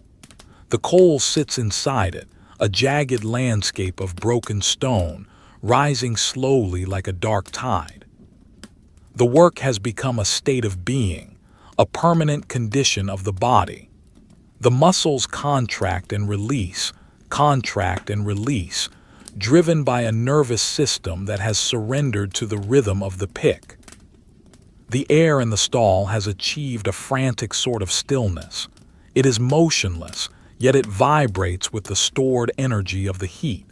It is a thick, soupy medium that resists movement. When the arm is raised, it feels as though it is pushing through water. When the breath is expelled, it hangs in front of the face, a cloud of moisture that refuses to dissipate. The dust is heavier now. The finer particles have remained suspended, but the coarser grit is falling constantly. A dry, invisible rain that covers the shoulders, the cap, and the hands. It settles in the creases of the clothing, turning the fabric into a sculpture of gray folds. The miner pauses. The rhythm of the strike has been broken by a knot in the wood of the handle, a rough patch that catches the skin of the palm even through the leather glove. He stops to adjust his grip. In the sudden absence of the striking sound, the silence of the mine rushes in with the force of a physical blow. It is a crushing silence, heavy with the weight of the miles of rock above. It presses against the ears, a vacuum that demands to be filled. And it is filled gradually by the subtle, organic noises of the earth. The groan of a timber prop settling under the load, the tick of a stone cooling, the distant, rhythmic drip of water into a pool. He decides it is time for snap. The word itself is a remnant of the surface world, a sharp, cheerful syllable that sounds out of place in this muffled gloom. It marks the mid-shift break, the ritual of sustenance. He lays the pick down gently, treating it with the reverence due to a necessary tool. He moves away from the coal face, crawling backwards like a crab, seeking the slightly wider space near the entrance of the stall where the roof is a fraction of an inch higher. He sits with his back against a prop, his legs stretched out into the darkness. The timber is hard against his spine, but it offers a change of posture, a relief from the hunched aggression of the hewing. He reaches into the pocket of his coat, which lies in a heap on the floor. He pulls out a tin box. It is an old box, the metal dented and scratched, the paint worn away to reveal the dull gray of the steel beneath. It feels cool to the touch. He opens it. The lid comes off with a small rasp of metal on metal. Inside, wrapped in greaseproof paper, is the food, bread and cheese. Simple, dense fuel. He unfolds the paper. The sound of the crinkling paper is loud, crisp, and sharp, cutting through the damp atmosphere. It is a domestic sound, a sound of the kitchen, transported into the void. The bread is thick, cut by hand. The cheese is a pale, yellow slab. He lifts the food to his mouth. His hands are black, coated in the dust of the seam. There is no water to wash them, and even if there were, the dust is ingrained in the skin, a permanent tattoo of the trade. He holds the bread carefully, using the paper to shield it from his fingers, a delicate operation performed with clumsy, gloved hands. He takes a bite. The bread is dry. The cheese is strong and salty. He chews slowly, his jaw working rhythmically. The act of eating is mechanical, a refueling process rather than a pleasure. As he eats, he watches the stall. The lamp hangs from the prop above him, casting a cone of light that illuminates his legs and the floor immediately in front of him. Beyond his boots, the light fades rapidly into the deep, bruised blue of the shadows. The stall looks different from this perspective. It looks like a cave, a primitive shelter. The tool marks on the walls stand out in high relief, a record of the struggle between the iron and the stone. The dust motes dance in the light, swirling in the convection current rising from his body heat. They look like golden insects, moving in a slow, hypnotic swarm. Movement in the corner of the eye.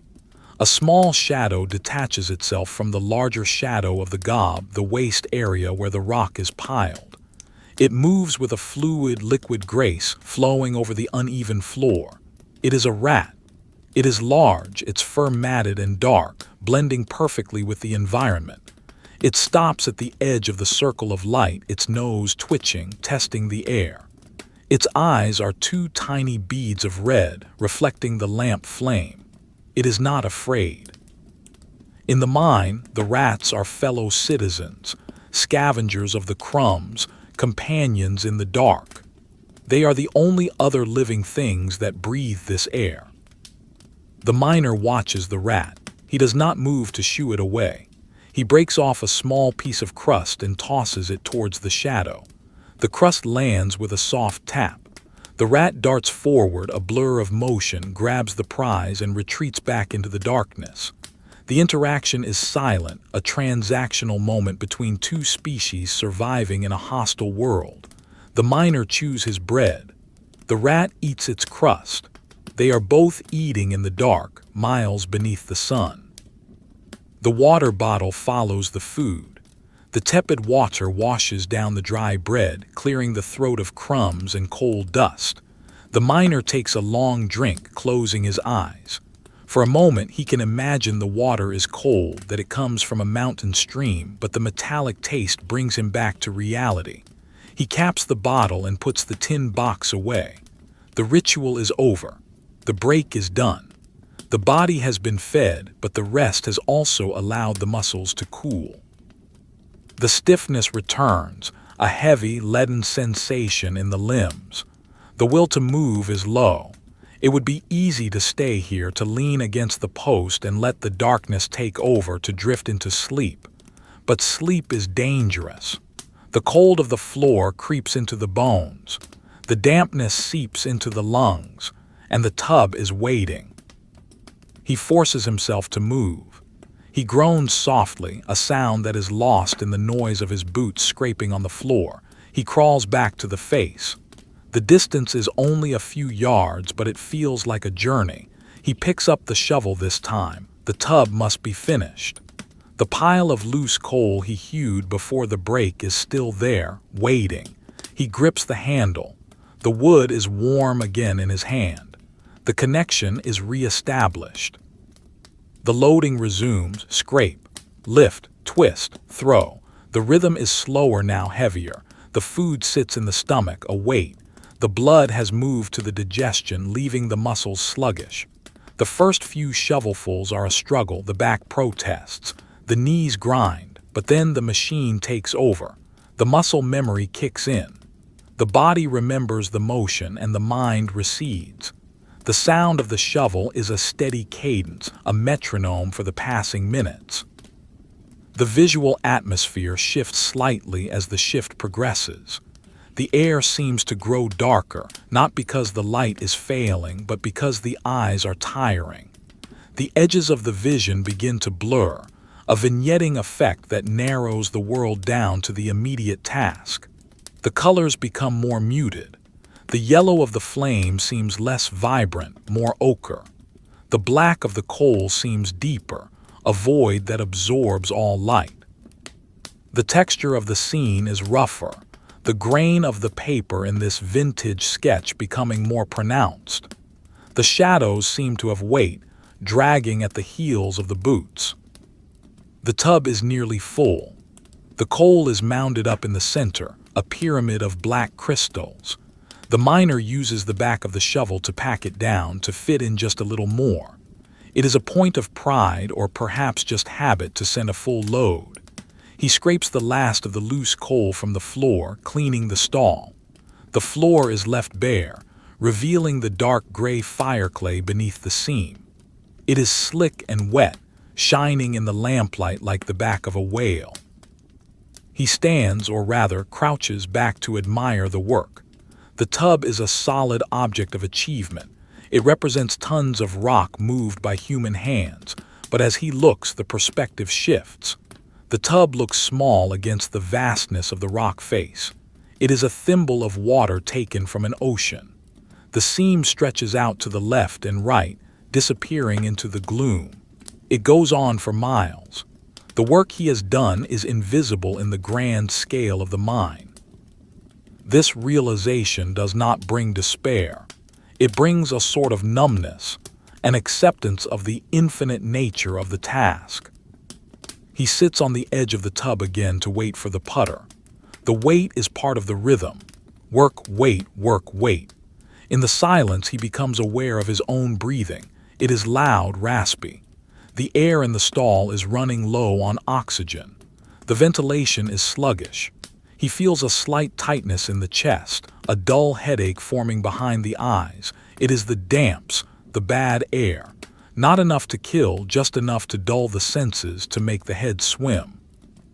He yawns, a deep, jaw-cracking yawn that does not seem to fill the lungs. He closes his eyes. In the darkness behind the eyelids, he sees flashes of light. Geometric shapes, spinning wheels, bright sparks. It is the retina firing at random in the dark. He opens his eyes. The stall is still there. The timber props stand like sentinels. The roof hangs low. The dust swirls. Nothing has changed.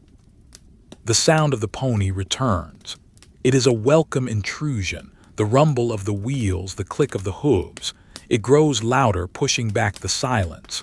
The putter arrives, the same shadow as before, or perhaps a different one. It is impossible to tell. They are all just shapes in the dark. The exchange is made. The full tub is taken, an empty one is left. The pony snorts, a cloud of steam. The driver whistles a low, tuneless note. Then they are gone.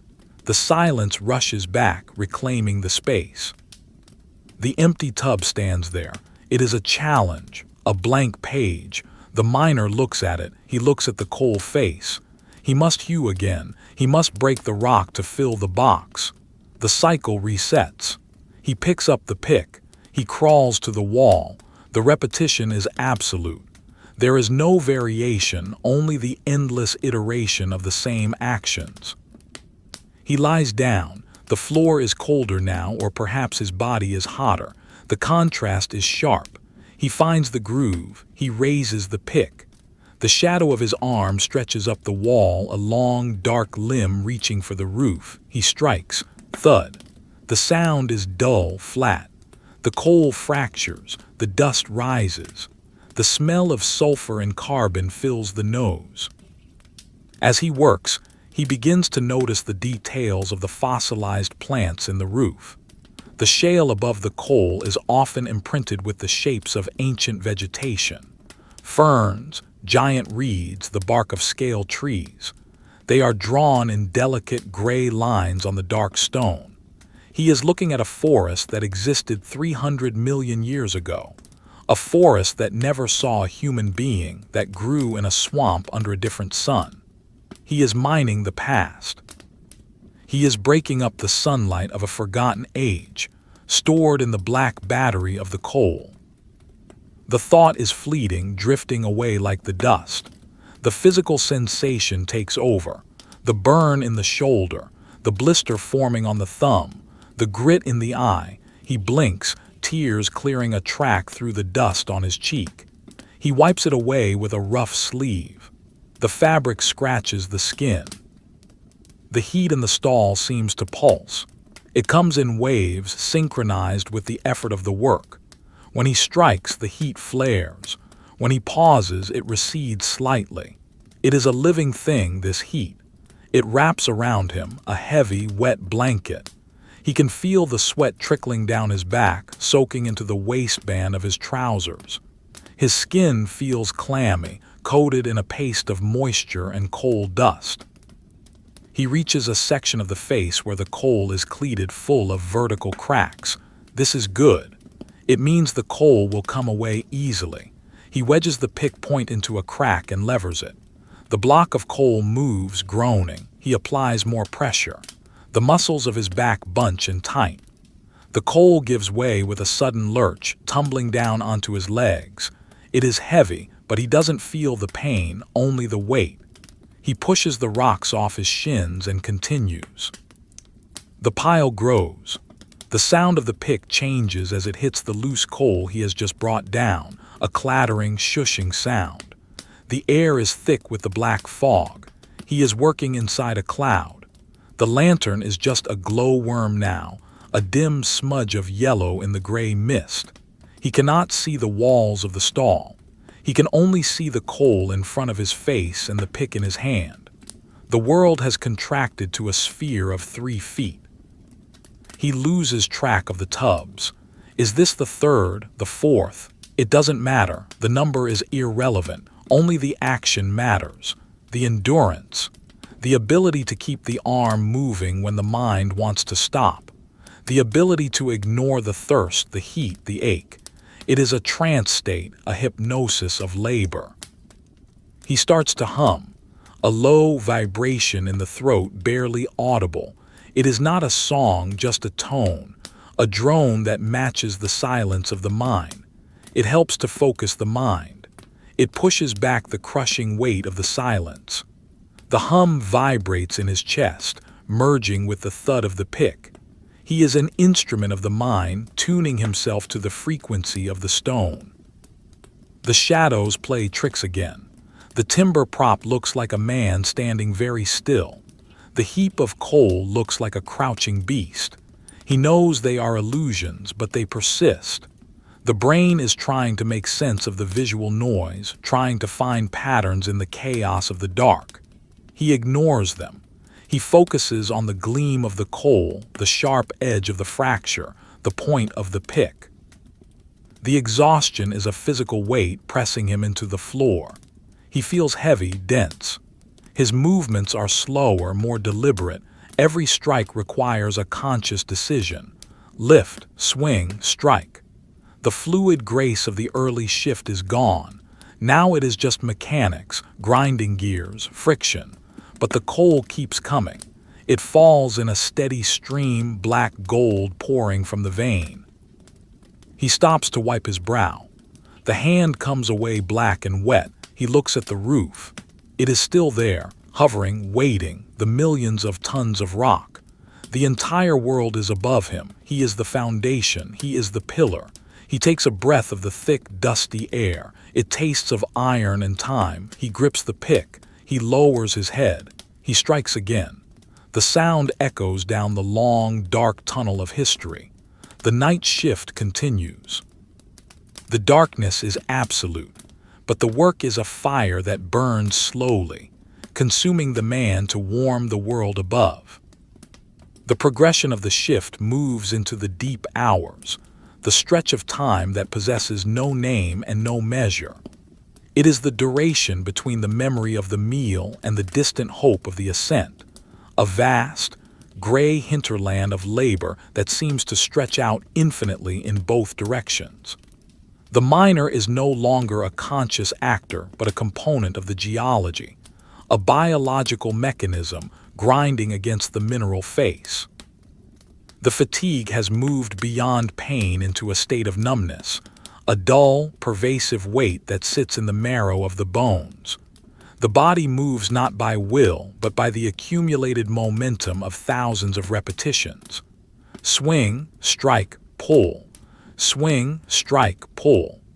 The sequence is etched into the nervous system, a loop of neural commands firing blindly into the dark. The air in the stall has degraded further. The ventilation, always a fickle ghost in these terminal headings, seems to have withdrawn completely, leaving behind a stagnant pool of exhalations and dust. The atmosphere is thick, physically resisting the passage of the arm. It is a soup of nitrogen, carbon dioxide, and fine particulate matter. The lungs must work harder to extract the necessary oxygen, expanding and contracting with a wheezing rhythm that echoes loudly in the confined space. There is a sense of suffocation that is not acute, but chronic, a slow, steady tightening of the chest, a feeling that the walls are pressing in against the ribs. The head swims with a light, dizzy sensation, a feeling of detachment where the mind floats slightly above the body, watching the hands perform their work from a distance. The lamp flame is the canary of the air quality. It has shrunk, the orange tongue of fire withdrawing into itself, burning low and blue at the base. It struggles to consume the oil in the oxygen-depleted environment. The light it casts is dimmer, a sickly, failing glow that barely illuminates the coal face. The shadows have emboldened, creeping in from the corners, wrapping around the timber props, pooling in the hollows of the floor. The visual field has narrowed to a tunnel of perception. The miner sees only the point of the pick and the patch of black rock immediately in front of him. The rest of the stall has dissolved into a murky, charcoal oblivion. The vintage pastel drawing has been rubbed out, the details lost in a wash of heavy, dark gray. The temperature has stabilized at a humid, tropical heat.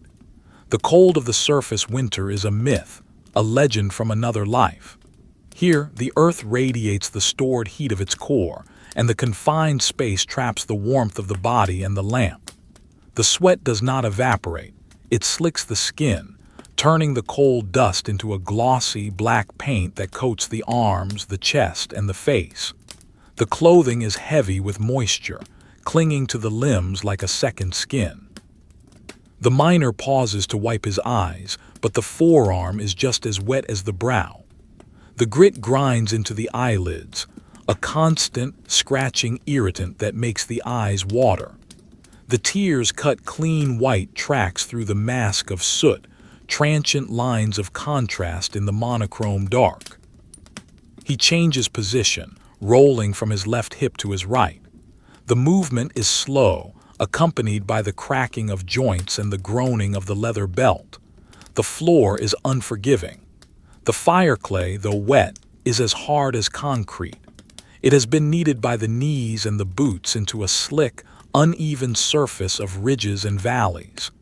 Every contour of the ground is known to the body, mapped by pressure and pain. There is a sharp rock near the prop that always catches the shin. There is a hollow near the face that collects the drip from the roof. The miner navigates this microgeography by touch, his body molding itself to the imperfections of the stone. The coal face itself seems to have changed character. It is no longer just a wall of rock. It feels animate, resistant. The pick strikes a patch of brass, iron pyrites, and skids off with a jarring vibration that travels up the arm and rattles the teeth. Sparks fly, brief orange scratches on the darkness that leave an afterimage on the retina. The smell of sulfur blooms, sharp and acrid, cutting through the damp, musty odor of the mine. It is the smell of hellfire, a reminder of the volatile chemistry trapped in the rock. The miner grunts, a low, guttural sound of frustration, and strikes again. He must chip around the hard intrusion, patiently undermining it until it can be pried loose. It is a surgical operation performed with a sledgehammer. The silence of the pause is different now. It is no longer the expectant silence of the early shift, but a heavy, exhausted silence. The mind seems to be sleeping, or perhaps holding its breath. The sounds of the distant haulage have faded, indicating a lull in the transport or simply the deafness caused by the changing air pressure. The only sound is the dripping of water. Plip, plip, plip. It falls with maddening regularity, a water clock marking the seconds of a timeless night. The sound is magnified by the stillness, sounding like a hammer striking an anvil in the distance. The miner finds himself waiting for the next drop, his mind latching onto the rhythm as a tether to reality. He stops to check the roof again. The instinct of self-preservation pierces through the fog of fatigue. He raises the lamp, the weak light barely reaching the slate slab above. He taps it with the pick handle. Thud, thud. It sounds solid enough, but there is a subtle change in the tone, a slight deadness that suggests the layers are separating. The weight is coming on. The immense pressure of the overburden is slowly crushing the coal seam, squeezing the void he has created. He can hear the timber props taking the strain. They emit sharp, pistol-shot cracks or long, dry groans as the wood fibers are compressed. It is the sound of the forest fighting the mountain. The miner glances at the nearest prop. The lid, the flat piece of wood on top, is already crushed thin, the grain flattened by the force. The mine is alive, shifting, settling, trying to close the wound. He crawls to the corner to retrieve a new prop. His movements are sluggish. He drags the timber post across the floor, the bark scraping against the stone. He positions it under a suspect section of the roof. He swings the hammer. The effort is immense. The hammer feels like it weighs 100 pounds. Clang, clang, clang. The noise is an assault on the ears, ringing in the confined space. He drives the prop tight, wedging it against the slate. He leans against it for a moment, his chest heaving. He is physically supporting the earth, adding his strength to the wood. The visual scene is dark and heavy. The hunched figure, the vertical line of the new timber, the oppressive horizontal of the roof, all rendered in deep, shadowy tones. Returning to the face, he resumes the hewing. The pile of coal is growing again, but slowly. The energy is waning. The strokes are shorter, less powerful. He is nicking the coal now, chipping away small pieces rather than bringing down great blocks. It is a war of attrition. The dust hangs motionless in the air, a gray fog that obscures the feet and the floor. He feels like he is floating in a cloud of ash. The taste of the coal is permanent in the mouth, a gritty, metallic flavor that no amount of swallowing can clear. The mind begins to wander into the abstract. Deprived of visual stimuli and starved of oxygen, the brain begins to generate its own images. He sees patterns in the darkness that are not there. Geometric shapes, spinning fractals of gray and black. He remembers the color blue, the blue of a summer sky, the blue of a cornflower, but he cannot visualize it clearly. The memory is desaturated, overlaid with a film of coal dust. The concept of sky feels alien, a theoretical construct that has no place in this world of solid rock. There is no up or down here, only the seam. The universe is horizontal. The isolation is absolute. The connection to the putter, to the pony, to the other men in the mine feels severed. He is the only man on Earth trapped in a stone capsule. The silence is a companion, a heavy, brooding presence that sits on his shoulder. He starts to talk to himself, or perhaps just to mouth the words. Fragments of old songs, lists of tasks, names of people he once knew. The words make no sound, lost in the muffler of the heavy air. Swing, hit, pull, easy now. Watch the roof. Watch the stone. It is a stream of consciousness directed at the work, a way to keep the mind tethered to the immediate physical reality. The thirst returns, sharp and demanding. He reaches for the tin bottle. It is lighter now, nearly empty. He shakes it, a sloshing sound. He takes a sip. The water is warm, stale, tasting of the cork. It wets the tongue but does not quench the thirst. The body is dehydrated, sweating out moisture faster than it can be replaced. He saves the last mouthful. It is a reserve, a psychological safety net. To be completely out of water is a fear he does not want to face yet. He puts the bottle back. The coal he is working now is bright coal, hard and glassy. It fractures with sharp shell-like edges. It is beautiful in a dark, austere way. The lamp light catches the facets, creating a glittering field of black diamonds. But to the miner it is just resistance. It is hard to break. The pick point dulls against it. He has to stop and sharpen the tool again, rubbing the stone against the iron. Scritch, scritch, scritch. The sound is high and thin, scratching at the nerves. He tests the point on his thumb. It is never sharp enough. It is iron against rock. The rock always wins in the end. The iron wears down, the man wears down, but the rock remains. He looks at his hands. In the dim light they look like claws, the fingers permanently hooked. The leather gloves are worn smooth on the palms, shiny with grease and coal. He tries to straighten his fingers. They resist, the tendons stiff and sore. These hands have shaped the tunnel, moved tons of earth, built the supports. They are the primary tools, more essential than the pick. They are scarred, calloused, stained black. They are the hands of the underground, shaped by the environment they work in. The visual style of the moment is one of extreme softness and darkness. The edges of the world have dissolved. The miner is a dark smudge in a dark room. The light is a faint wash of ochre. The texture is that of soft pastel rubbed deep into the paper, obliterating the white completely. There is no contrast left, only degrees of shadow. The stillness is profound. Even the dust seems to have stopped moving, hanging suspended in the thick air like insects in amber. He lies down again. The floor feels colder, or perhaps his core temperature is dropping as the fatigue sets in. He shivers, a tremor that runs through the shoulders. The sweat on his back feels like ice water now. The paradox of the mine, sweating in the heat, shivering in the draft. He pulls his collar up, though it offers little protection. He focuses on the coal face. It is the enemy and the goal. He must break it. Swing, thud. The rhythm is slower, a adagio of labor. He counts the strokes.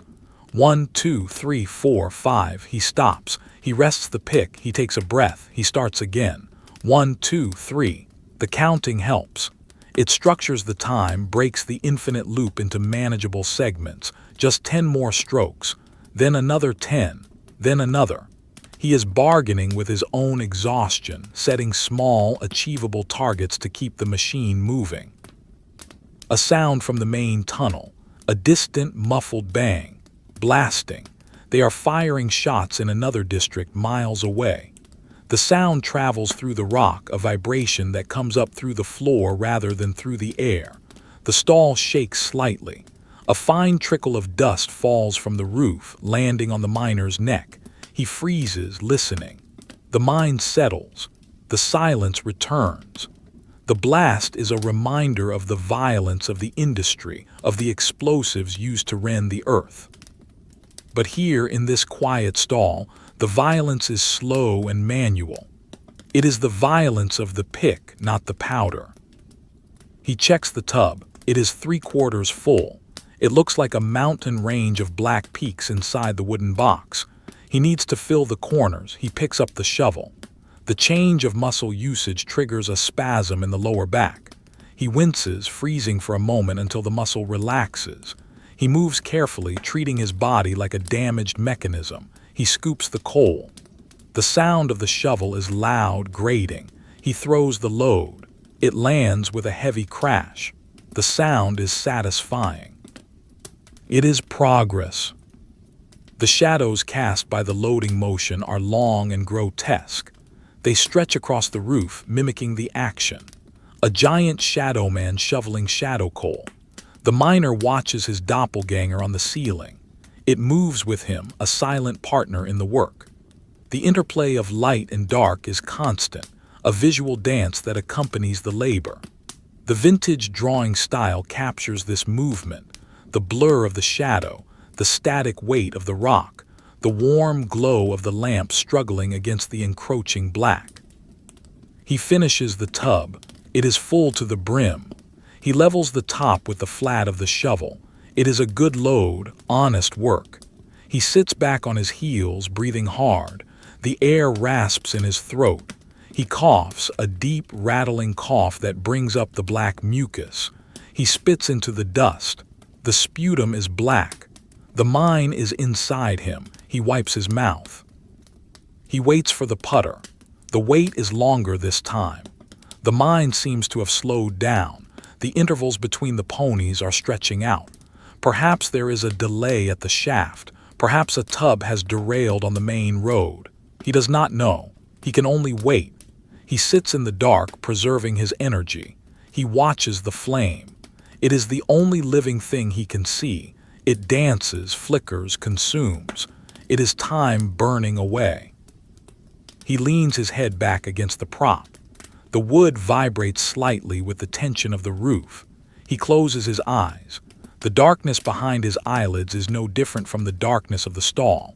It is a seamless transition. He drifts, not into sleep, but into a lower state of consciousness.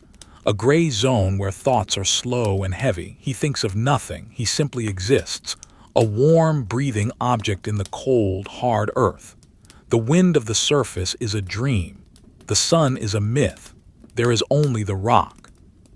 The weight, the silence, the night shift. Then the vibration returns. The faint rumble, the pony is coming. The cycle will restart. The miner opens his eyes. The light is still there. The coal is still there. He sighs, a breath that expels the heaviness of the weight. He stands up, ready to exchange the tub, ready to start again. The endurance continues. The deep earth holds him tight and he pushes back, one shovel at a time. The darkness of the 8th hour is a substance of different density than the darkness of the first. It has acquired a physical weight, a viscosity that seems to adhere to the movement of the limbs. The miner moves through it not as one moves through air, but as one moves through deep water or heavy oil. The atmosphere in the stall is saturated with the exhalations of the shift, the carbon dioxide from the lungs, the sulfur from the coal, the smoke from the lamp, the invisible heat radiating from the rock. It is a cocktail of exhaustion, a stagnant cloud that hangs motionless between the floor and the roof. The concept of the surface world, of wind that moves freely, of horizons that stretch for miles, has been entirely eroded from the mind. There is only the immediate, the tactile, the enclosed. The work continues, but the tempo has shifted. The percussive rhythm of the pick has slowed to an adagio, a dragging beat that matches the slow thumping of the heart. Every movement of the arm requires a conscious negotiation with gravity. The muscles of the shoulder, deltoid and trapezius, are knotted and hard, burning with an accumulated lactic acid that has nowhere to flush. The pick feels like it has doubled in mass. The iron head is a magnet drawn to the floor. Lifting it is an act of defiance against the pull of the earth.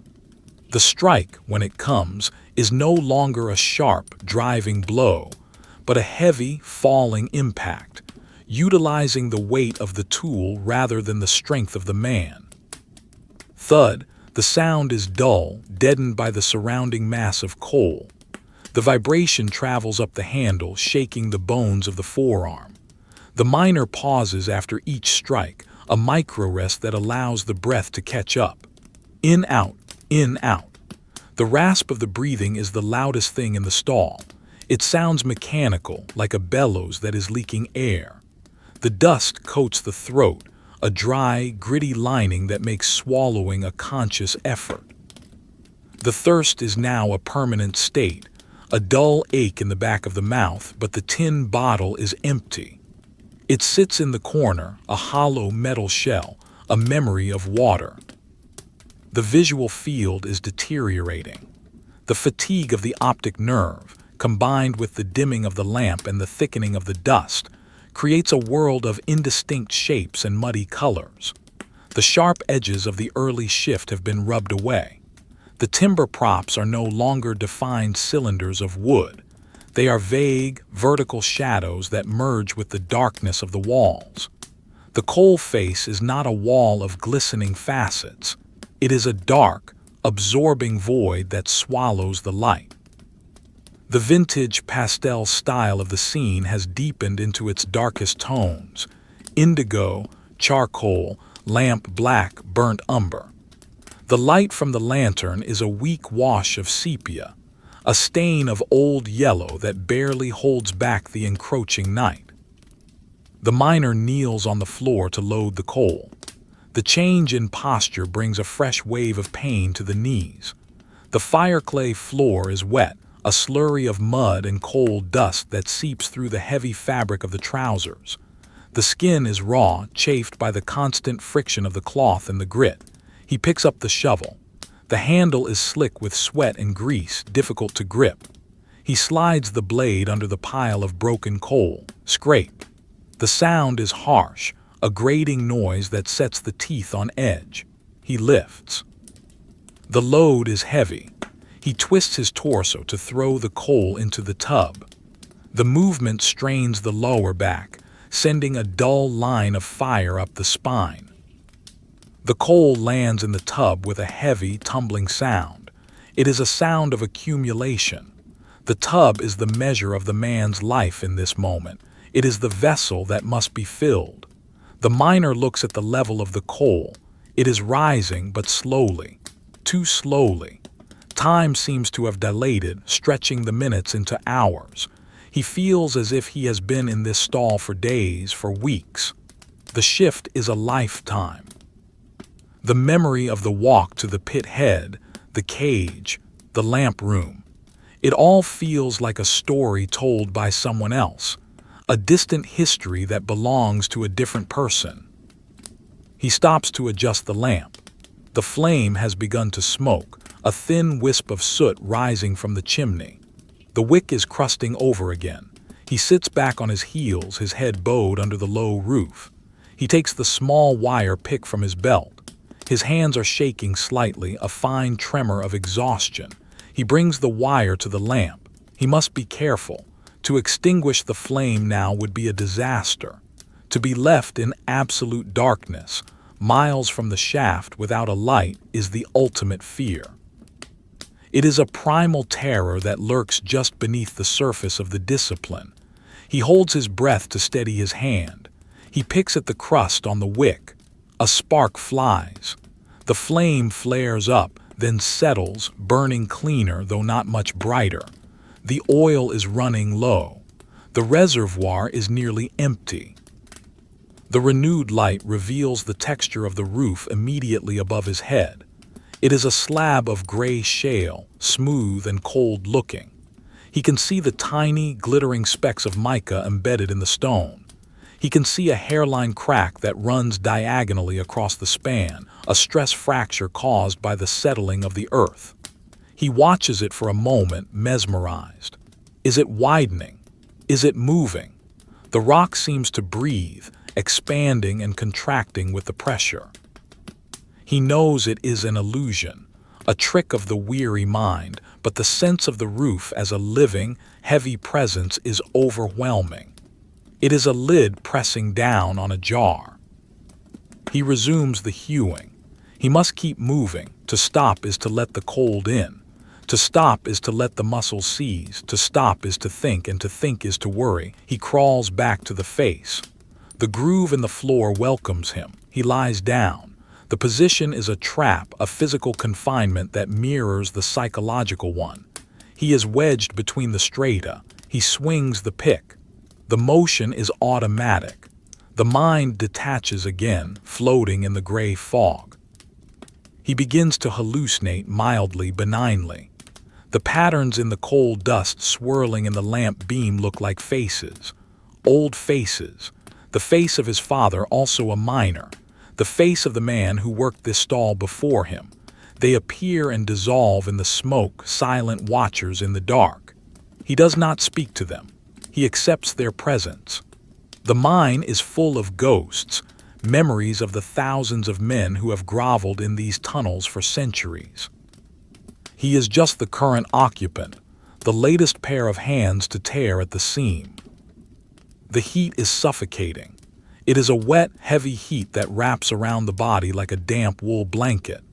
The sweat runs into the eyes, stinging with salt and grit. He blinks, but his hands are too dirty to wipe them effectively. He just squints, peering through the blur. The air tastes metallic, depleted. He yawns, a deep, shuddering yawn that tries to pull more oxygen into the starved lungs. The air he inhales is dead air, recycled, breathed by the coal and the timber. A sound comes from the gove, the waste area behind the stall where the roof is allowed to collapse. A deep, resonant boom followed by the grinding sound of falling rock. The earth is closing the void. The miner freezes, the pick suspended in the air. He listens. The sound fades, leaving a vibration in the floor. It is a reminder. The mine is reclaiming the space. The stall is a temporary bubble of air in a solid world. The roof wants to come down. The floor wants to rise. The coal wants to stay where it is. The miner is the intruder, the irritant. He lowers the pick and strikes. The coal splinters. A large piece comes away, sliding down the face. He feels a momentary flicker of satisfaction, a tiny spark of victory in the long defeat of the shift. He hooks the coal with the pick and drags it towards him. It is a good piece, dense and shiny. It will burn hot. It will boil water. It will make steam. He thinks of the fire in the grate at home. The orange glow, the warmth. The image is vivid, almost painful in its contrast to the cold, damp reality of the mine. He holds onto the image, using it as fuel. He switches to the shovel. The loading is the hardest part now, the lifting. The back is a rod of pain, the arms are lead. He scoops the coal, he throws it, he misses the tub. The coal hits the side and falls back onto the floor. He curses, a soft, flat word that has no anger in it, just resignation. He scrapes the coal up again. He throws it. It goes in. He leans against the tub, resting his forehead against the cool iron. The metal smells of rust and oil. He stays there for a moment, closing his eyes. The darkness spins behind his eyelids. The pony returns. The sound of the hooves is slower this time, a dragging walk. The animal is tired too. The driver does not whistle. There is no sound but the wheels and the breathing. The lamp comes into view, a pale yellow star. The pony stops. Its head hangs low, almost touching the floor. Its sides heave. The steam rising from its coat is thick, a cloud of white moisture in the dark.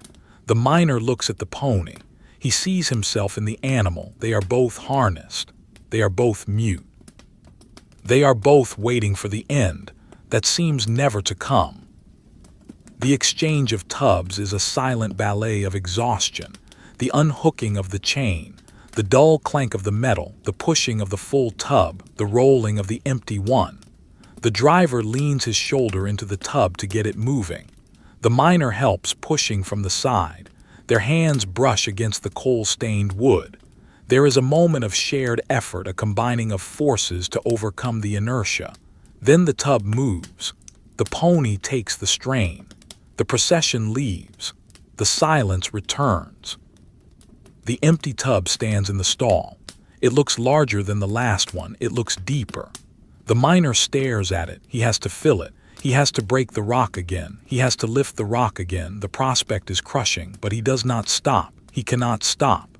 The discipline of the pit is absolute. If he stops, the coal does not go up. If the coal does not go up, there is no pay. If there is no pay, there is no food. The equation is simple, brutal.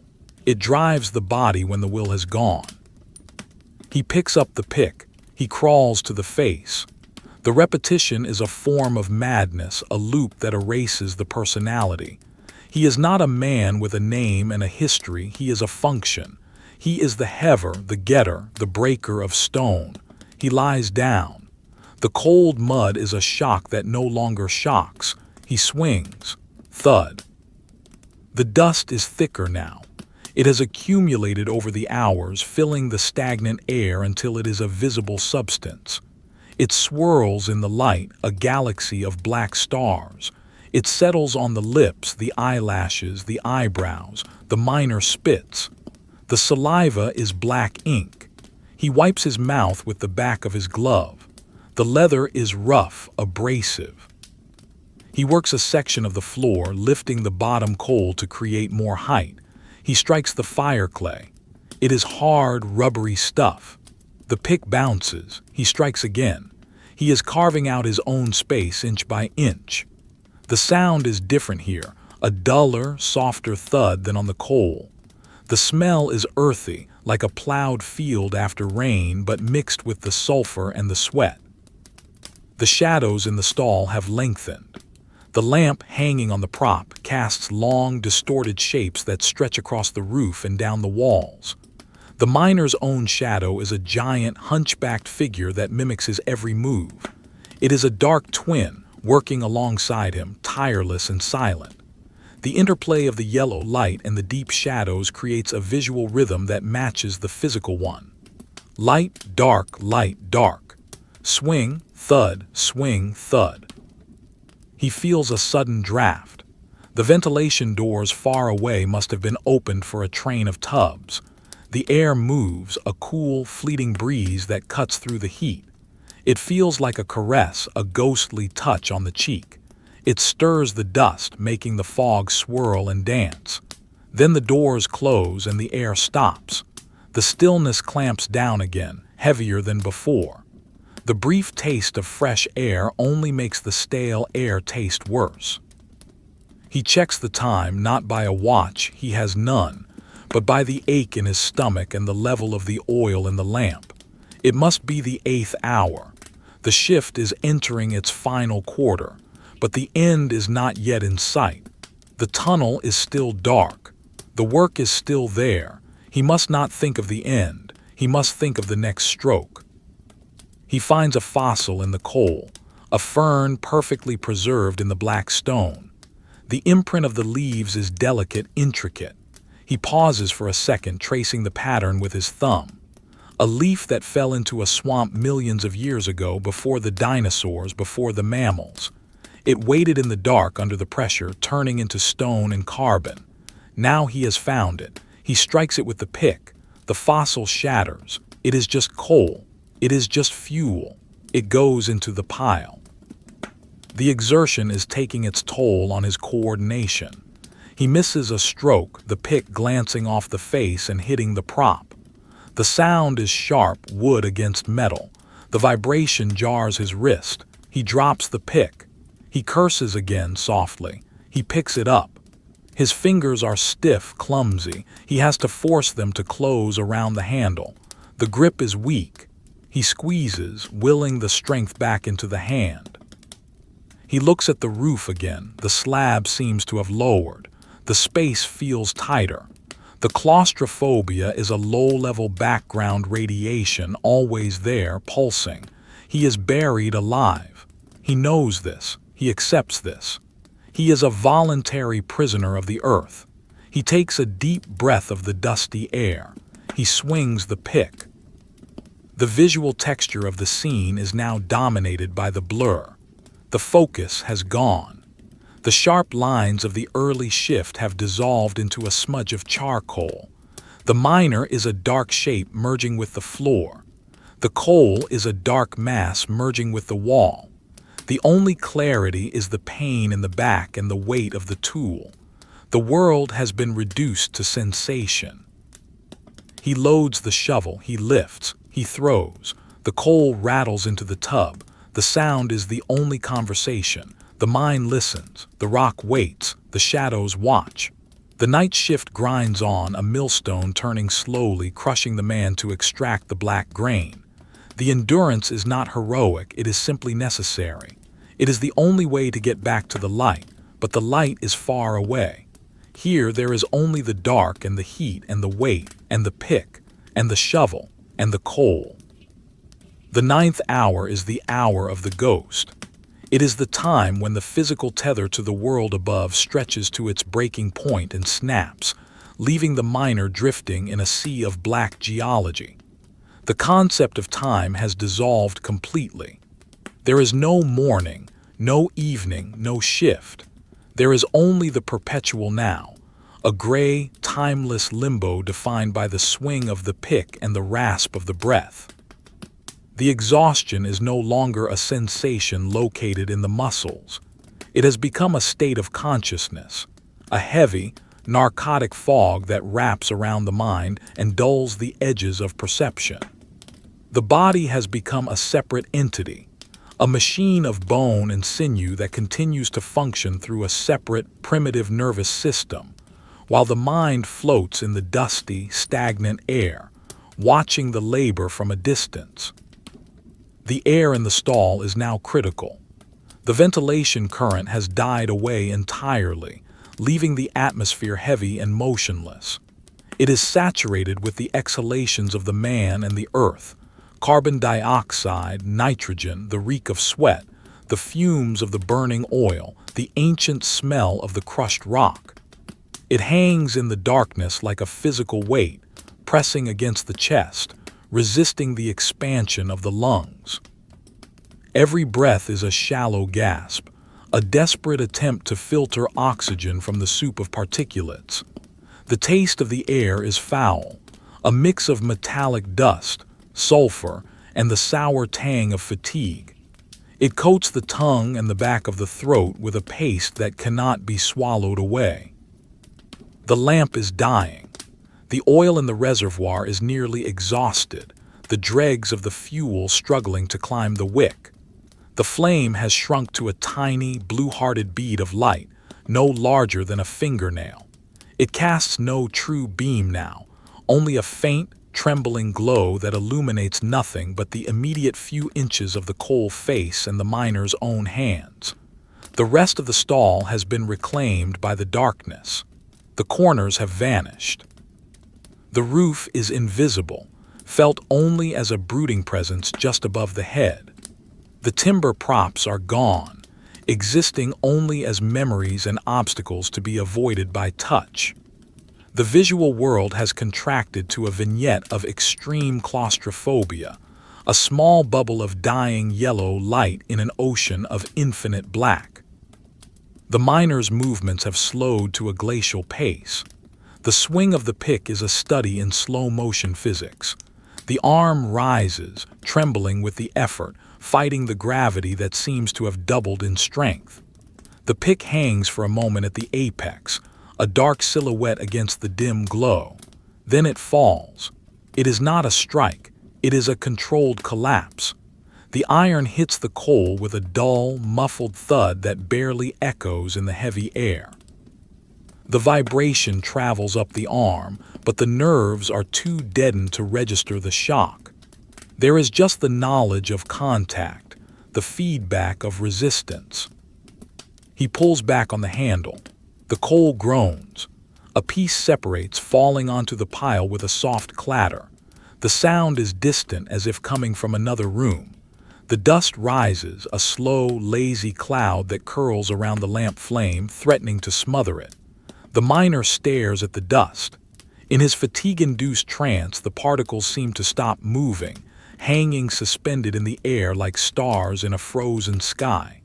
He blinks, his eyelids feeling like lead shutters. The scene blurs, then sharpens, then blurs again. The line between waking and sleeping is eroding. He is working in a twilight state, a somnambulist in the deep earth. He changes position. The pain in his knees is a constant, dull roar, but the movement brings a fresh spike of agony as the stiff joints grind against the hard floor. He drags himself sideways, a crab-like shuffle through the mud. The floor is slick with the slurry of coal dust and water, a black grease that stains the skin and the clothing. He feels the wetness seeping through the worn fabric of his trousers, a cold touch that contrasts with the suffocating heat of the air. The heat is intense, a humid, feverish warmth that radiates from the rock itself. It wraps around him, a heavy blanket that traps the sweat against the skin. He reaches for the shovel. The transition from the pick to the shovel is a complex navigational task for the exhausted mind. He has to locate the tool by touch in the near darkness. His hand gropes across the wet floor, fingers brushing against shards of coal and rough timber. He finds the smooth wood of the handle. He grips it. The wood feels alien, as if he is holding it for the first time. He has to consciously remember the mechanics of the movement. Scoop, lift, twist, throw. He drives the blade into the pile. The sound of steel on stone is harsh, a screech that cuts through the muffle of the bad air. He lifts. The load feels impossible. The coal is made of lead. The shovel wobbles in his shaking hands. He turns his body, the vertebrae of his spine clicking like dry twigs. He throws the coal towards the tub. He hears it land, a heavy, hollow crash. It is a sound of progress, however small. He repeats the motion: scoop, lift, twist, throw. It is a loop of suffering, a ritual of endurance performed in the dark. The tub acts as a clock. As it fills, the time passes. But in the dark, the level of the coal is hard to see. He has to reach out and feel the mound inside the wooden box. His hand touches the cold, sharp edges of the broken rock. It is half full, only half full. The realization brings a wave of despair, but it is a distant, muted emotion. He does not have the energy for true despair. He only has the energy to continue. The despair is just another weight to be carried, like the coal, like the darkness. He pauses to rest, leaning his forehead against the rough bark of a prop. The wood smells of resin and rot, a pungent, organic scent that triggers a fleeting memory of a forest.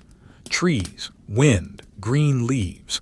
The images flash in his mind, vivid and painful, then dissolve back into the gray reality of the stall.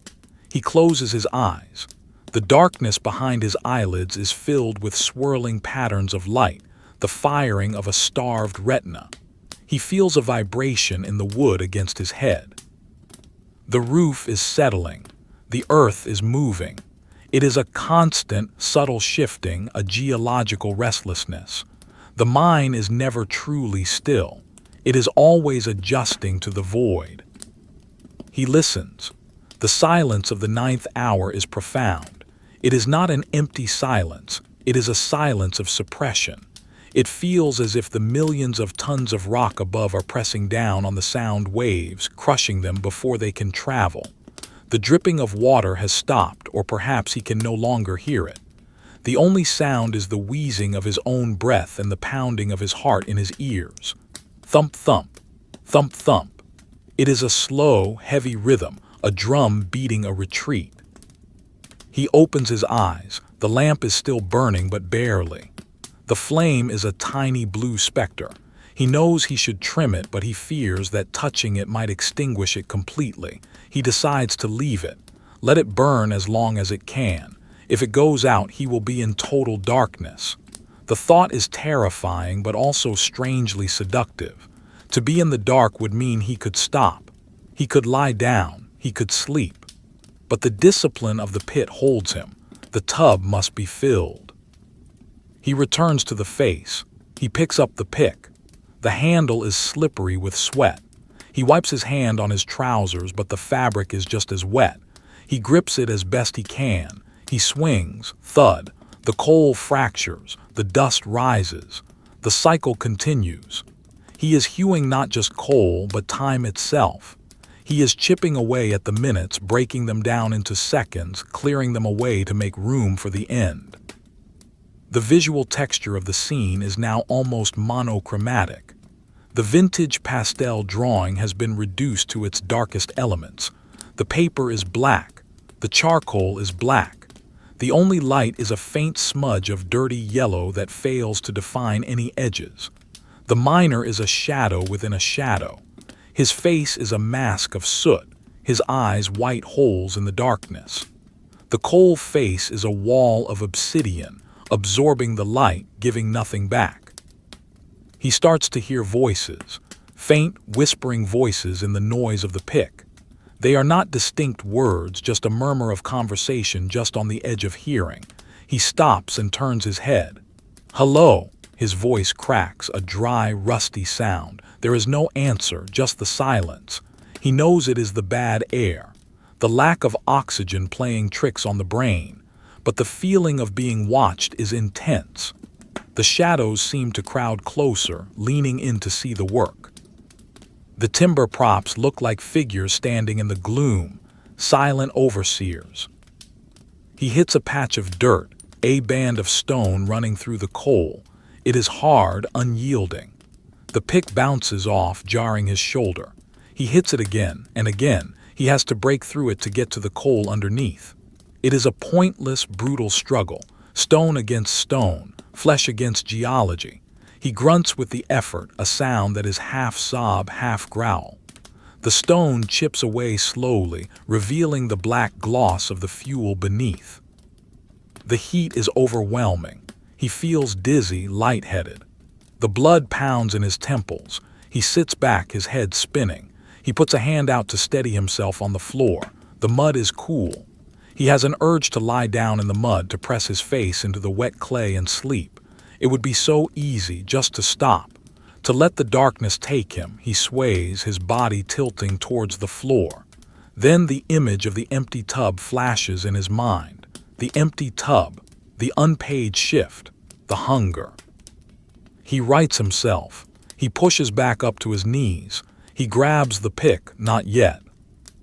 He crawls to the water bottle, hoping against hope that there might be a drop left. He shakes it. It is silent, dry. He uncorks it anyway and holds it upside down over his tongue. Nothing, not even a drop. He licks the metal rim, tasting the iron. It is a dry, bitter kiss. He throws the bottle into the corner. It clatters against the stone, a loud, jarring noise that echoes for a second before dying. The sound irritates him. It breaks the hypnotic rhythm of the silence. He looks at the roof. The slab of shale seems to be inches from his head. He feels the weight of it physically, a pressure on the crown of his skull. He imagines the layers of rock above him. Shale, sandstone, limestone, clay, soil, snow, the weight of the world. He is the Atlas of the stall, holding it all up with his will and a few sticks of wood. He taps the roof with his knuckles. It feels cold, dead. It does not vibrate.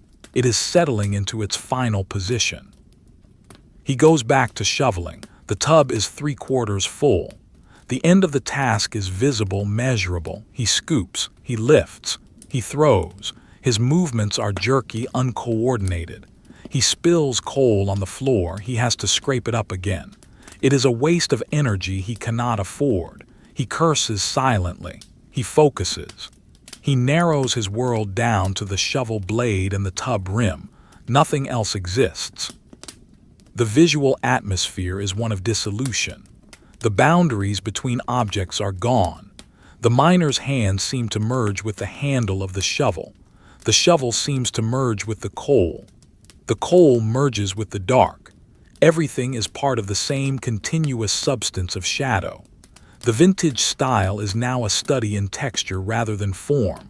The rough grain of the paper, the scratch of the charcoal, the smudge of the pastel. It is a tactile image, heavy and dark. He finishes the tub. He levels the top, his hand trembling uncontrollably. It is done. He sits on the floor, leaning back against the wheel of the tub. He is too tired to move to the prop. He just sits there in the mud. He stares at the lamp. The flame is flickering, dancing wildly in the still air. It is the death throes of the light. It flares up once, bright and yellow, illuminating the stall in a sudden flash of clarity. He sees the tool marks on the walls, the grain of the timber, the texture of the rock. Then the flame drops. It turns blue. It shrinks. It is fading. He knows the putter will come soon. The rhythm of the mind dictates it. He waits. The wait is a torture. The muscles, now stationary, begin to seize up. The sweat cools on his skin, turning to a layer of ice. The shivers start again, violent tremors that shake his whole frame. He wraps his arms around his chest, trying to hold the heat in. He rocks back and forth slightly, a primitive, comforting motion. He listens for the pony. He strains his ears against the silence.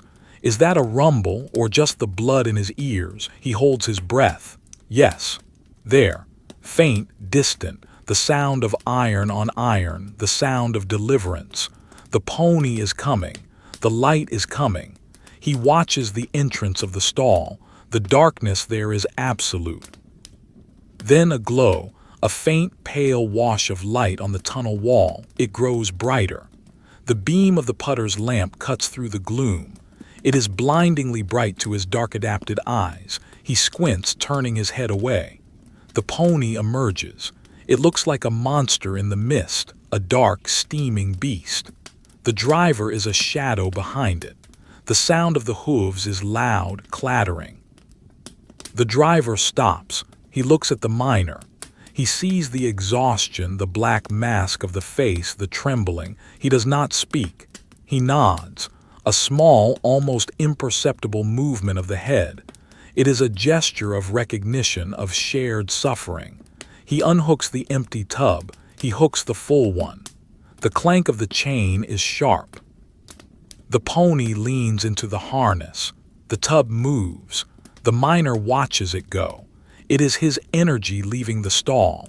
It is his life force converted into black stone and sent away. The light of the putter's lamp fades. The rumble recedes. The miner is alone again. He looks at his own lamp. It is almost out. The blue bead is pulsing. He has to make a decision. Does he start another tub or does he wait? The shift must be nearly over, but the rule is to work until the bell. He cannot hear the bell from here. He has to trust the rhythm. He has to trust the time. He crawls to the face. He picks up the pick. It weighs a ton. He can barely lift it. He drags it across the floor. He finds a piece of loose coal. He hits it. Thud. It is a token gesture, a symbol of work rather than work itself. He is keeping the machine running even if the gears are grinding to a halt. He lies on his side. The floor is his bed. The rock is his pillow. He swings the pick. The motion is tiny. A few inches, just enough to say he is moving. He closes his eyes. He is drifting. The blackness of the mind merges with the blackness of sleep. He jerks awake. He swings again. Thud. The sense of the environment is overwhelming. The smell of the old air, the heat, the damp, the weight. It is a sensory prison. He is trapped in the strata. He is a fossil in the making. He wonders if he will ever leave, if the cage will ever come down, if the sun still exists. It feels impossible. The only reality is this. The 9th hour, the deep dark, the coal. He hums a single note, a low drone. It resonates in his chest. It matches the frequency of the rock. He is singing to the mine, a lullaby for the earth. He swings, thud, the dust swirls, the lamp flickers, the shadows lengthen. The end is coming, but it is not here yet. There is only the endurance. The slow, grinding, infinite endurance of the night shift. He takes a breath. It rattles in his lungs. He lifts the iron, he strikes the stone. The spark flies and dies, the dark remains. The final hour arrives not with a fanfare, but with a subtle shift in the atmospheric pressure of the mine. It is a change felt in the ears before it is registered by the mind, a slight alteration in the density of the air that whispers of a door opening somewhere miles away. The silence of the stall, which has been a heavy, suffocating presence for the duration of the labor, changes texture. It becomes expectant. The miner, deep in his trance of exertion, pauses. The pick hangs in the air, the iron head trembling slightly in the grip of the exhausted hand. He listens. There is no bell, no whistle, only the internal clock of the pit, a rhythm synchronized with the aching of the bones and the fading of the lamp. The shift is bleeding out. The cycle of the night is completing its rotation. The lamp finally surrenders. The blue bead of flame flickers wildly, dancing a frantic jig in the oxygen-depleted air, and then vanishes. The darkness that follows is absolute. It is a physical blow, a sudden blindness that wipes away the stall, the coal face, the timber props, and the miner's own body. For a moment there is a rising panic, the primal fear of the buried creature. But he does not move. He knows where he is. He knows the geography of the dark by touch. He lowers the pick to the floor, feeling the cold mud against his knuckles. He lays the tool down gently, aligning it with the wall. It is done. The iron has finished its conversation with the stone for this night. He sits back on his heels, breathing the darkness. The air is still hot, thick, and gritty, but the knowledge that the end is near makes it taste slightly different, less like a tomb, more like a corridor. He reaches out and finds his coat. The wool is heavy, damp with the moisture it has absorbed from the floor. He drags it towards him. Putting it on is a struggle of coordination. The arms are stiff, the muscles protesting against the unnatural angles. He buttons it up, his fingers fumbling with the fasteners in the dark. The coat feels cold and clammy against his sweat-soaked shirt, a wet shroud that offers no immediate warmth. He begins the crawl out. He moves backwards, feeling his way with his boots. He drags his empty water tin and his unlit lamp. The exit from the stall is a rebirth in reverse, a squeezing out from the womb of the earth back into the slightly larger arteries of the mine. The roof scrapes his back. The mud sucks at his knees. He reaches the junction with the heading. Here the air is moving. A faint, sluggish current touches his face, bringing a whisper of coolness that shocks the heated skin. Far down the tunnel, a pinprick of light is visible, a distant star in the subterranean void. It is the lamp of another man, or perhaps a fixed light at a haulage station. It serves as a beacon. He stands up. The act of unfolding the body is a symphony of small pains. The spine clicks, the hips grind, the knees pop. He is permanently stooped, his posture molded by the roof height, but here he can at least lift his head. He leans against the rough stone wall for a moment, letting the blood flow back into his legs. The dizziness is profound. The world spins slowly in the dark. He waits for the vertigo to pass. Then he begins the walk. The journey back to the shaft is a sleepwalk. The boots find the sleepers by habit, stepping in the spaces between the rails. The mud squelches. The silence is broken now by the sound of other footsteps. From the tributary tunnels, other dark shapes are emerging.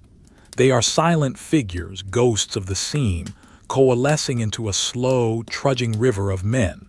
There is no conversation. The energy for speech was left at the coal face. They walk with heads down, shoulders hunched, eyes fixed on the heels of the man in front. The visual scene is a study in silhouette and shadow. The few remaining lamps cast long, swinging beams that crisscross on the wet walls, illuminating patches of brickwork, arched roofs, and the gleaming rails. The light is soft, diffuse, struggling against the gloom. The air grows cooler as they approach the main intake airways. The temperature gradient is steep. The tropical heat of the face gives way to a temperate dampness, then to a chill. The sweat on the body begins to freeze. The damp clothes turn rigid. The miner pulls his scarf tighter, burying his chin in the scratchy wool. The cold is a reminder of the surface, a harsh greeting from the winter night that waits above. The smell of the mine changes too. The sulfur and sweat recede, replaced by the smell of wet limestone and the faint, metallic tang of the fresh air rushing down the shaft. They reach the pit bottom. The vaulted chamber is a cavern of shadows and muted light. The brick arches soar overhead, lost in the upper darkness. A few large lanterns hang from beams, casting a yellow, smoky glow over the congregation. The men gather near the cage gates. They are a monochrome crowd covered in gray dust, their faces masks of soot with only the eyes showing white. They lean against the walls, against the tubs, against each other. They are statues of fatigue, waiting for the lift. The silence here is heavy, communal. It is the silence of shared endurance. The ponies are here too, waiting to be stabled or fed. The smell of the animals, warm manure, hay, horse sweat, mixes with the mineral scent of the pit. The cage arrives with a clatter of iron and a hiss of steam. The gates open. The men shuffle forward, packing into the small metal box. The miner is pressed against the side, the cold iron mesh digging into his shoulder. The gate clashes shut. The signal bell rings, 3 sharp, clear notes that echo in the shaft. The world drops away, or rather, the world rushes down. The ascent begins. The sensation of the lift is the reverse of the descent, but heavier. The gravity seems to pull harder, anchoring the feet to the floor. The stomach churns. The air pressure changes rapidly, popping the ears. The wind rushes down the shaft, whistling through the cage, tearing at the clothes. It is a freezing wind, a gale of winter air plunging into the earth. The temperature plummets. The miner shivers violently, his teeth chattering in the dark. The heat of the stall is a distant memory. The cold is the only reality now. They rise through the strata. The brick walls of the shaft are a blur of gray motion. Water drips on them, icy and sharp. The darkness of the deep mine gives way to the gray gloom of the shaft. Up, up, up. The journey seems interminable. The mind, suspended in exhaustion, floats in a gray void. Then the cage slows, the light changes. From the absolute black, it shifts to a dark, bruising blue. The air smells different, clean, sharp, biting. It smells of snow. The cage shudders to a halt at the surface. The gates open. The miner steps out, his boots ringing on the iron plates of the bank. The shock of the surface world is intense. The wind is a physical assault, a knife of ice that cuts through the layers of wool and flannel. The sky is vast, a terrifyingly open dome of charcoal gray. It is not yet dawn, but the deep night has softened. The stars are gone, hidden by a heavy blanket of snow clouds.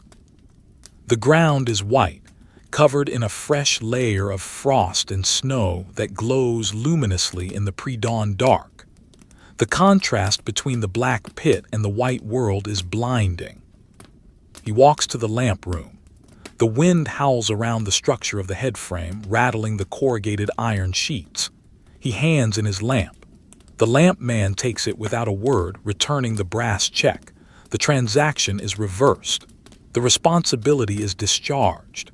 The miner is no longer a number. He is a man again, albeit a frozen, exhausted one. He leaves the colliery yard. The great wheel of the winding gear stands silhouetted against the sky, motionless now, a dark monument to the night's work. The walk home is the final trial. The path is frozen hard, the ruts of mud turn to stone. The snow crunches loudly under the heavy boots. The sound is crisp, dry, and rhythmic. Crunch, crunch, crunch. It is a lonely sound in the vast quiet of the valley. The wind strips the heat from the body, numbing the fingers and the toes. The miner buries his hands deep in his pockets, hunched forward against the gale. His breath streams out in long, white plumes that are whipped away instantly. The trees on the ridge are skeletal black shapes, thrashing in the wind. The world is drawn in high contrast: black trees, white ground, gray sky. He passes the rows of terraced houses. They are dark, silent blocks of brick. The windows are black eyes, sleeping. A few chimneys smoke, thin gray ribbons rising into the gloom, signaling the early risers or the fires that were banked up for the night. The village is asleep. The miner feels a sense of separation. He belongs to the night, to the dark earth. He is an intruder in this world of sleep and soft beds. He walks past the sleeping houses, a dark ghost leaving footprints in the snow. He reaches his own door. The latch is cold to the touch. He enters. The house is quiet, filled with the soft breathing of his family upstairs. The air inside is still, smelling of coal smoke and drying laundry. It is warmer than the outside, but still chilly. The fire in the grate has burned down to a pile of red embers, pulsing faintly under a layer of gray ash.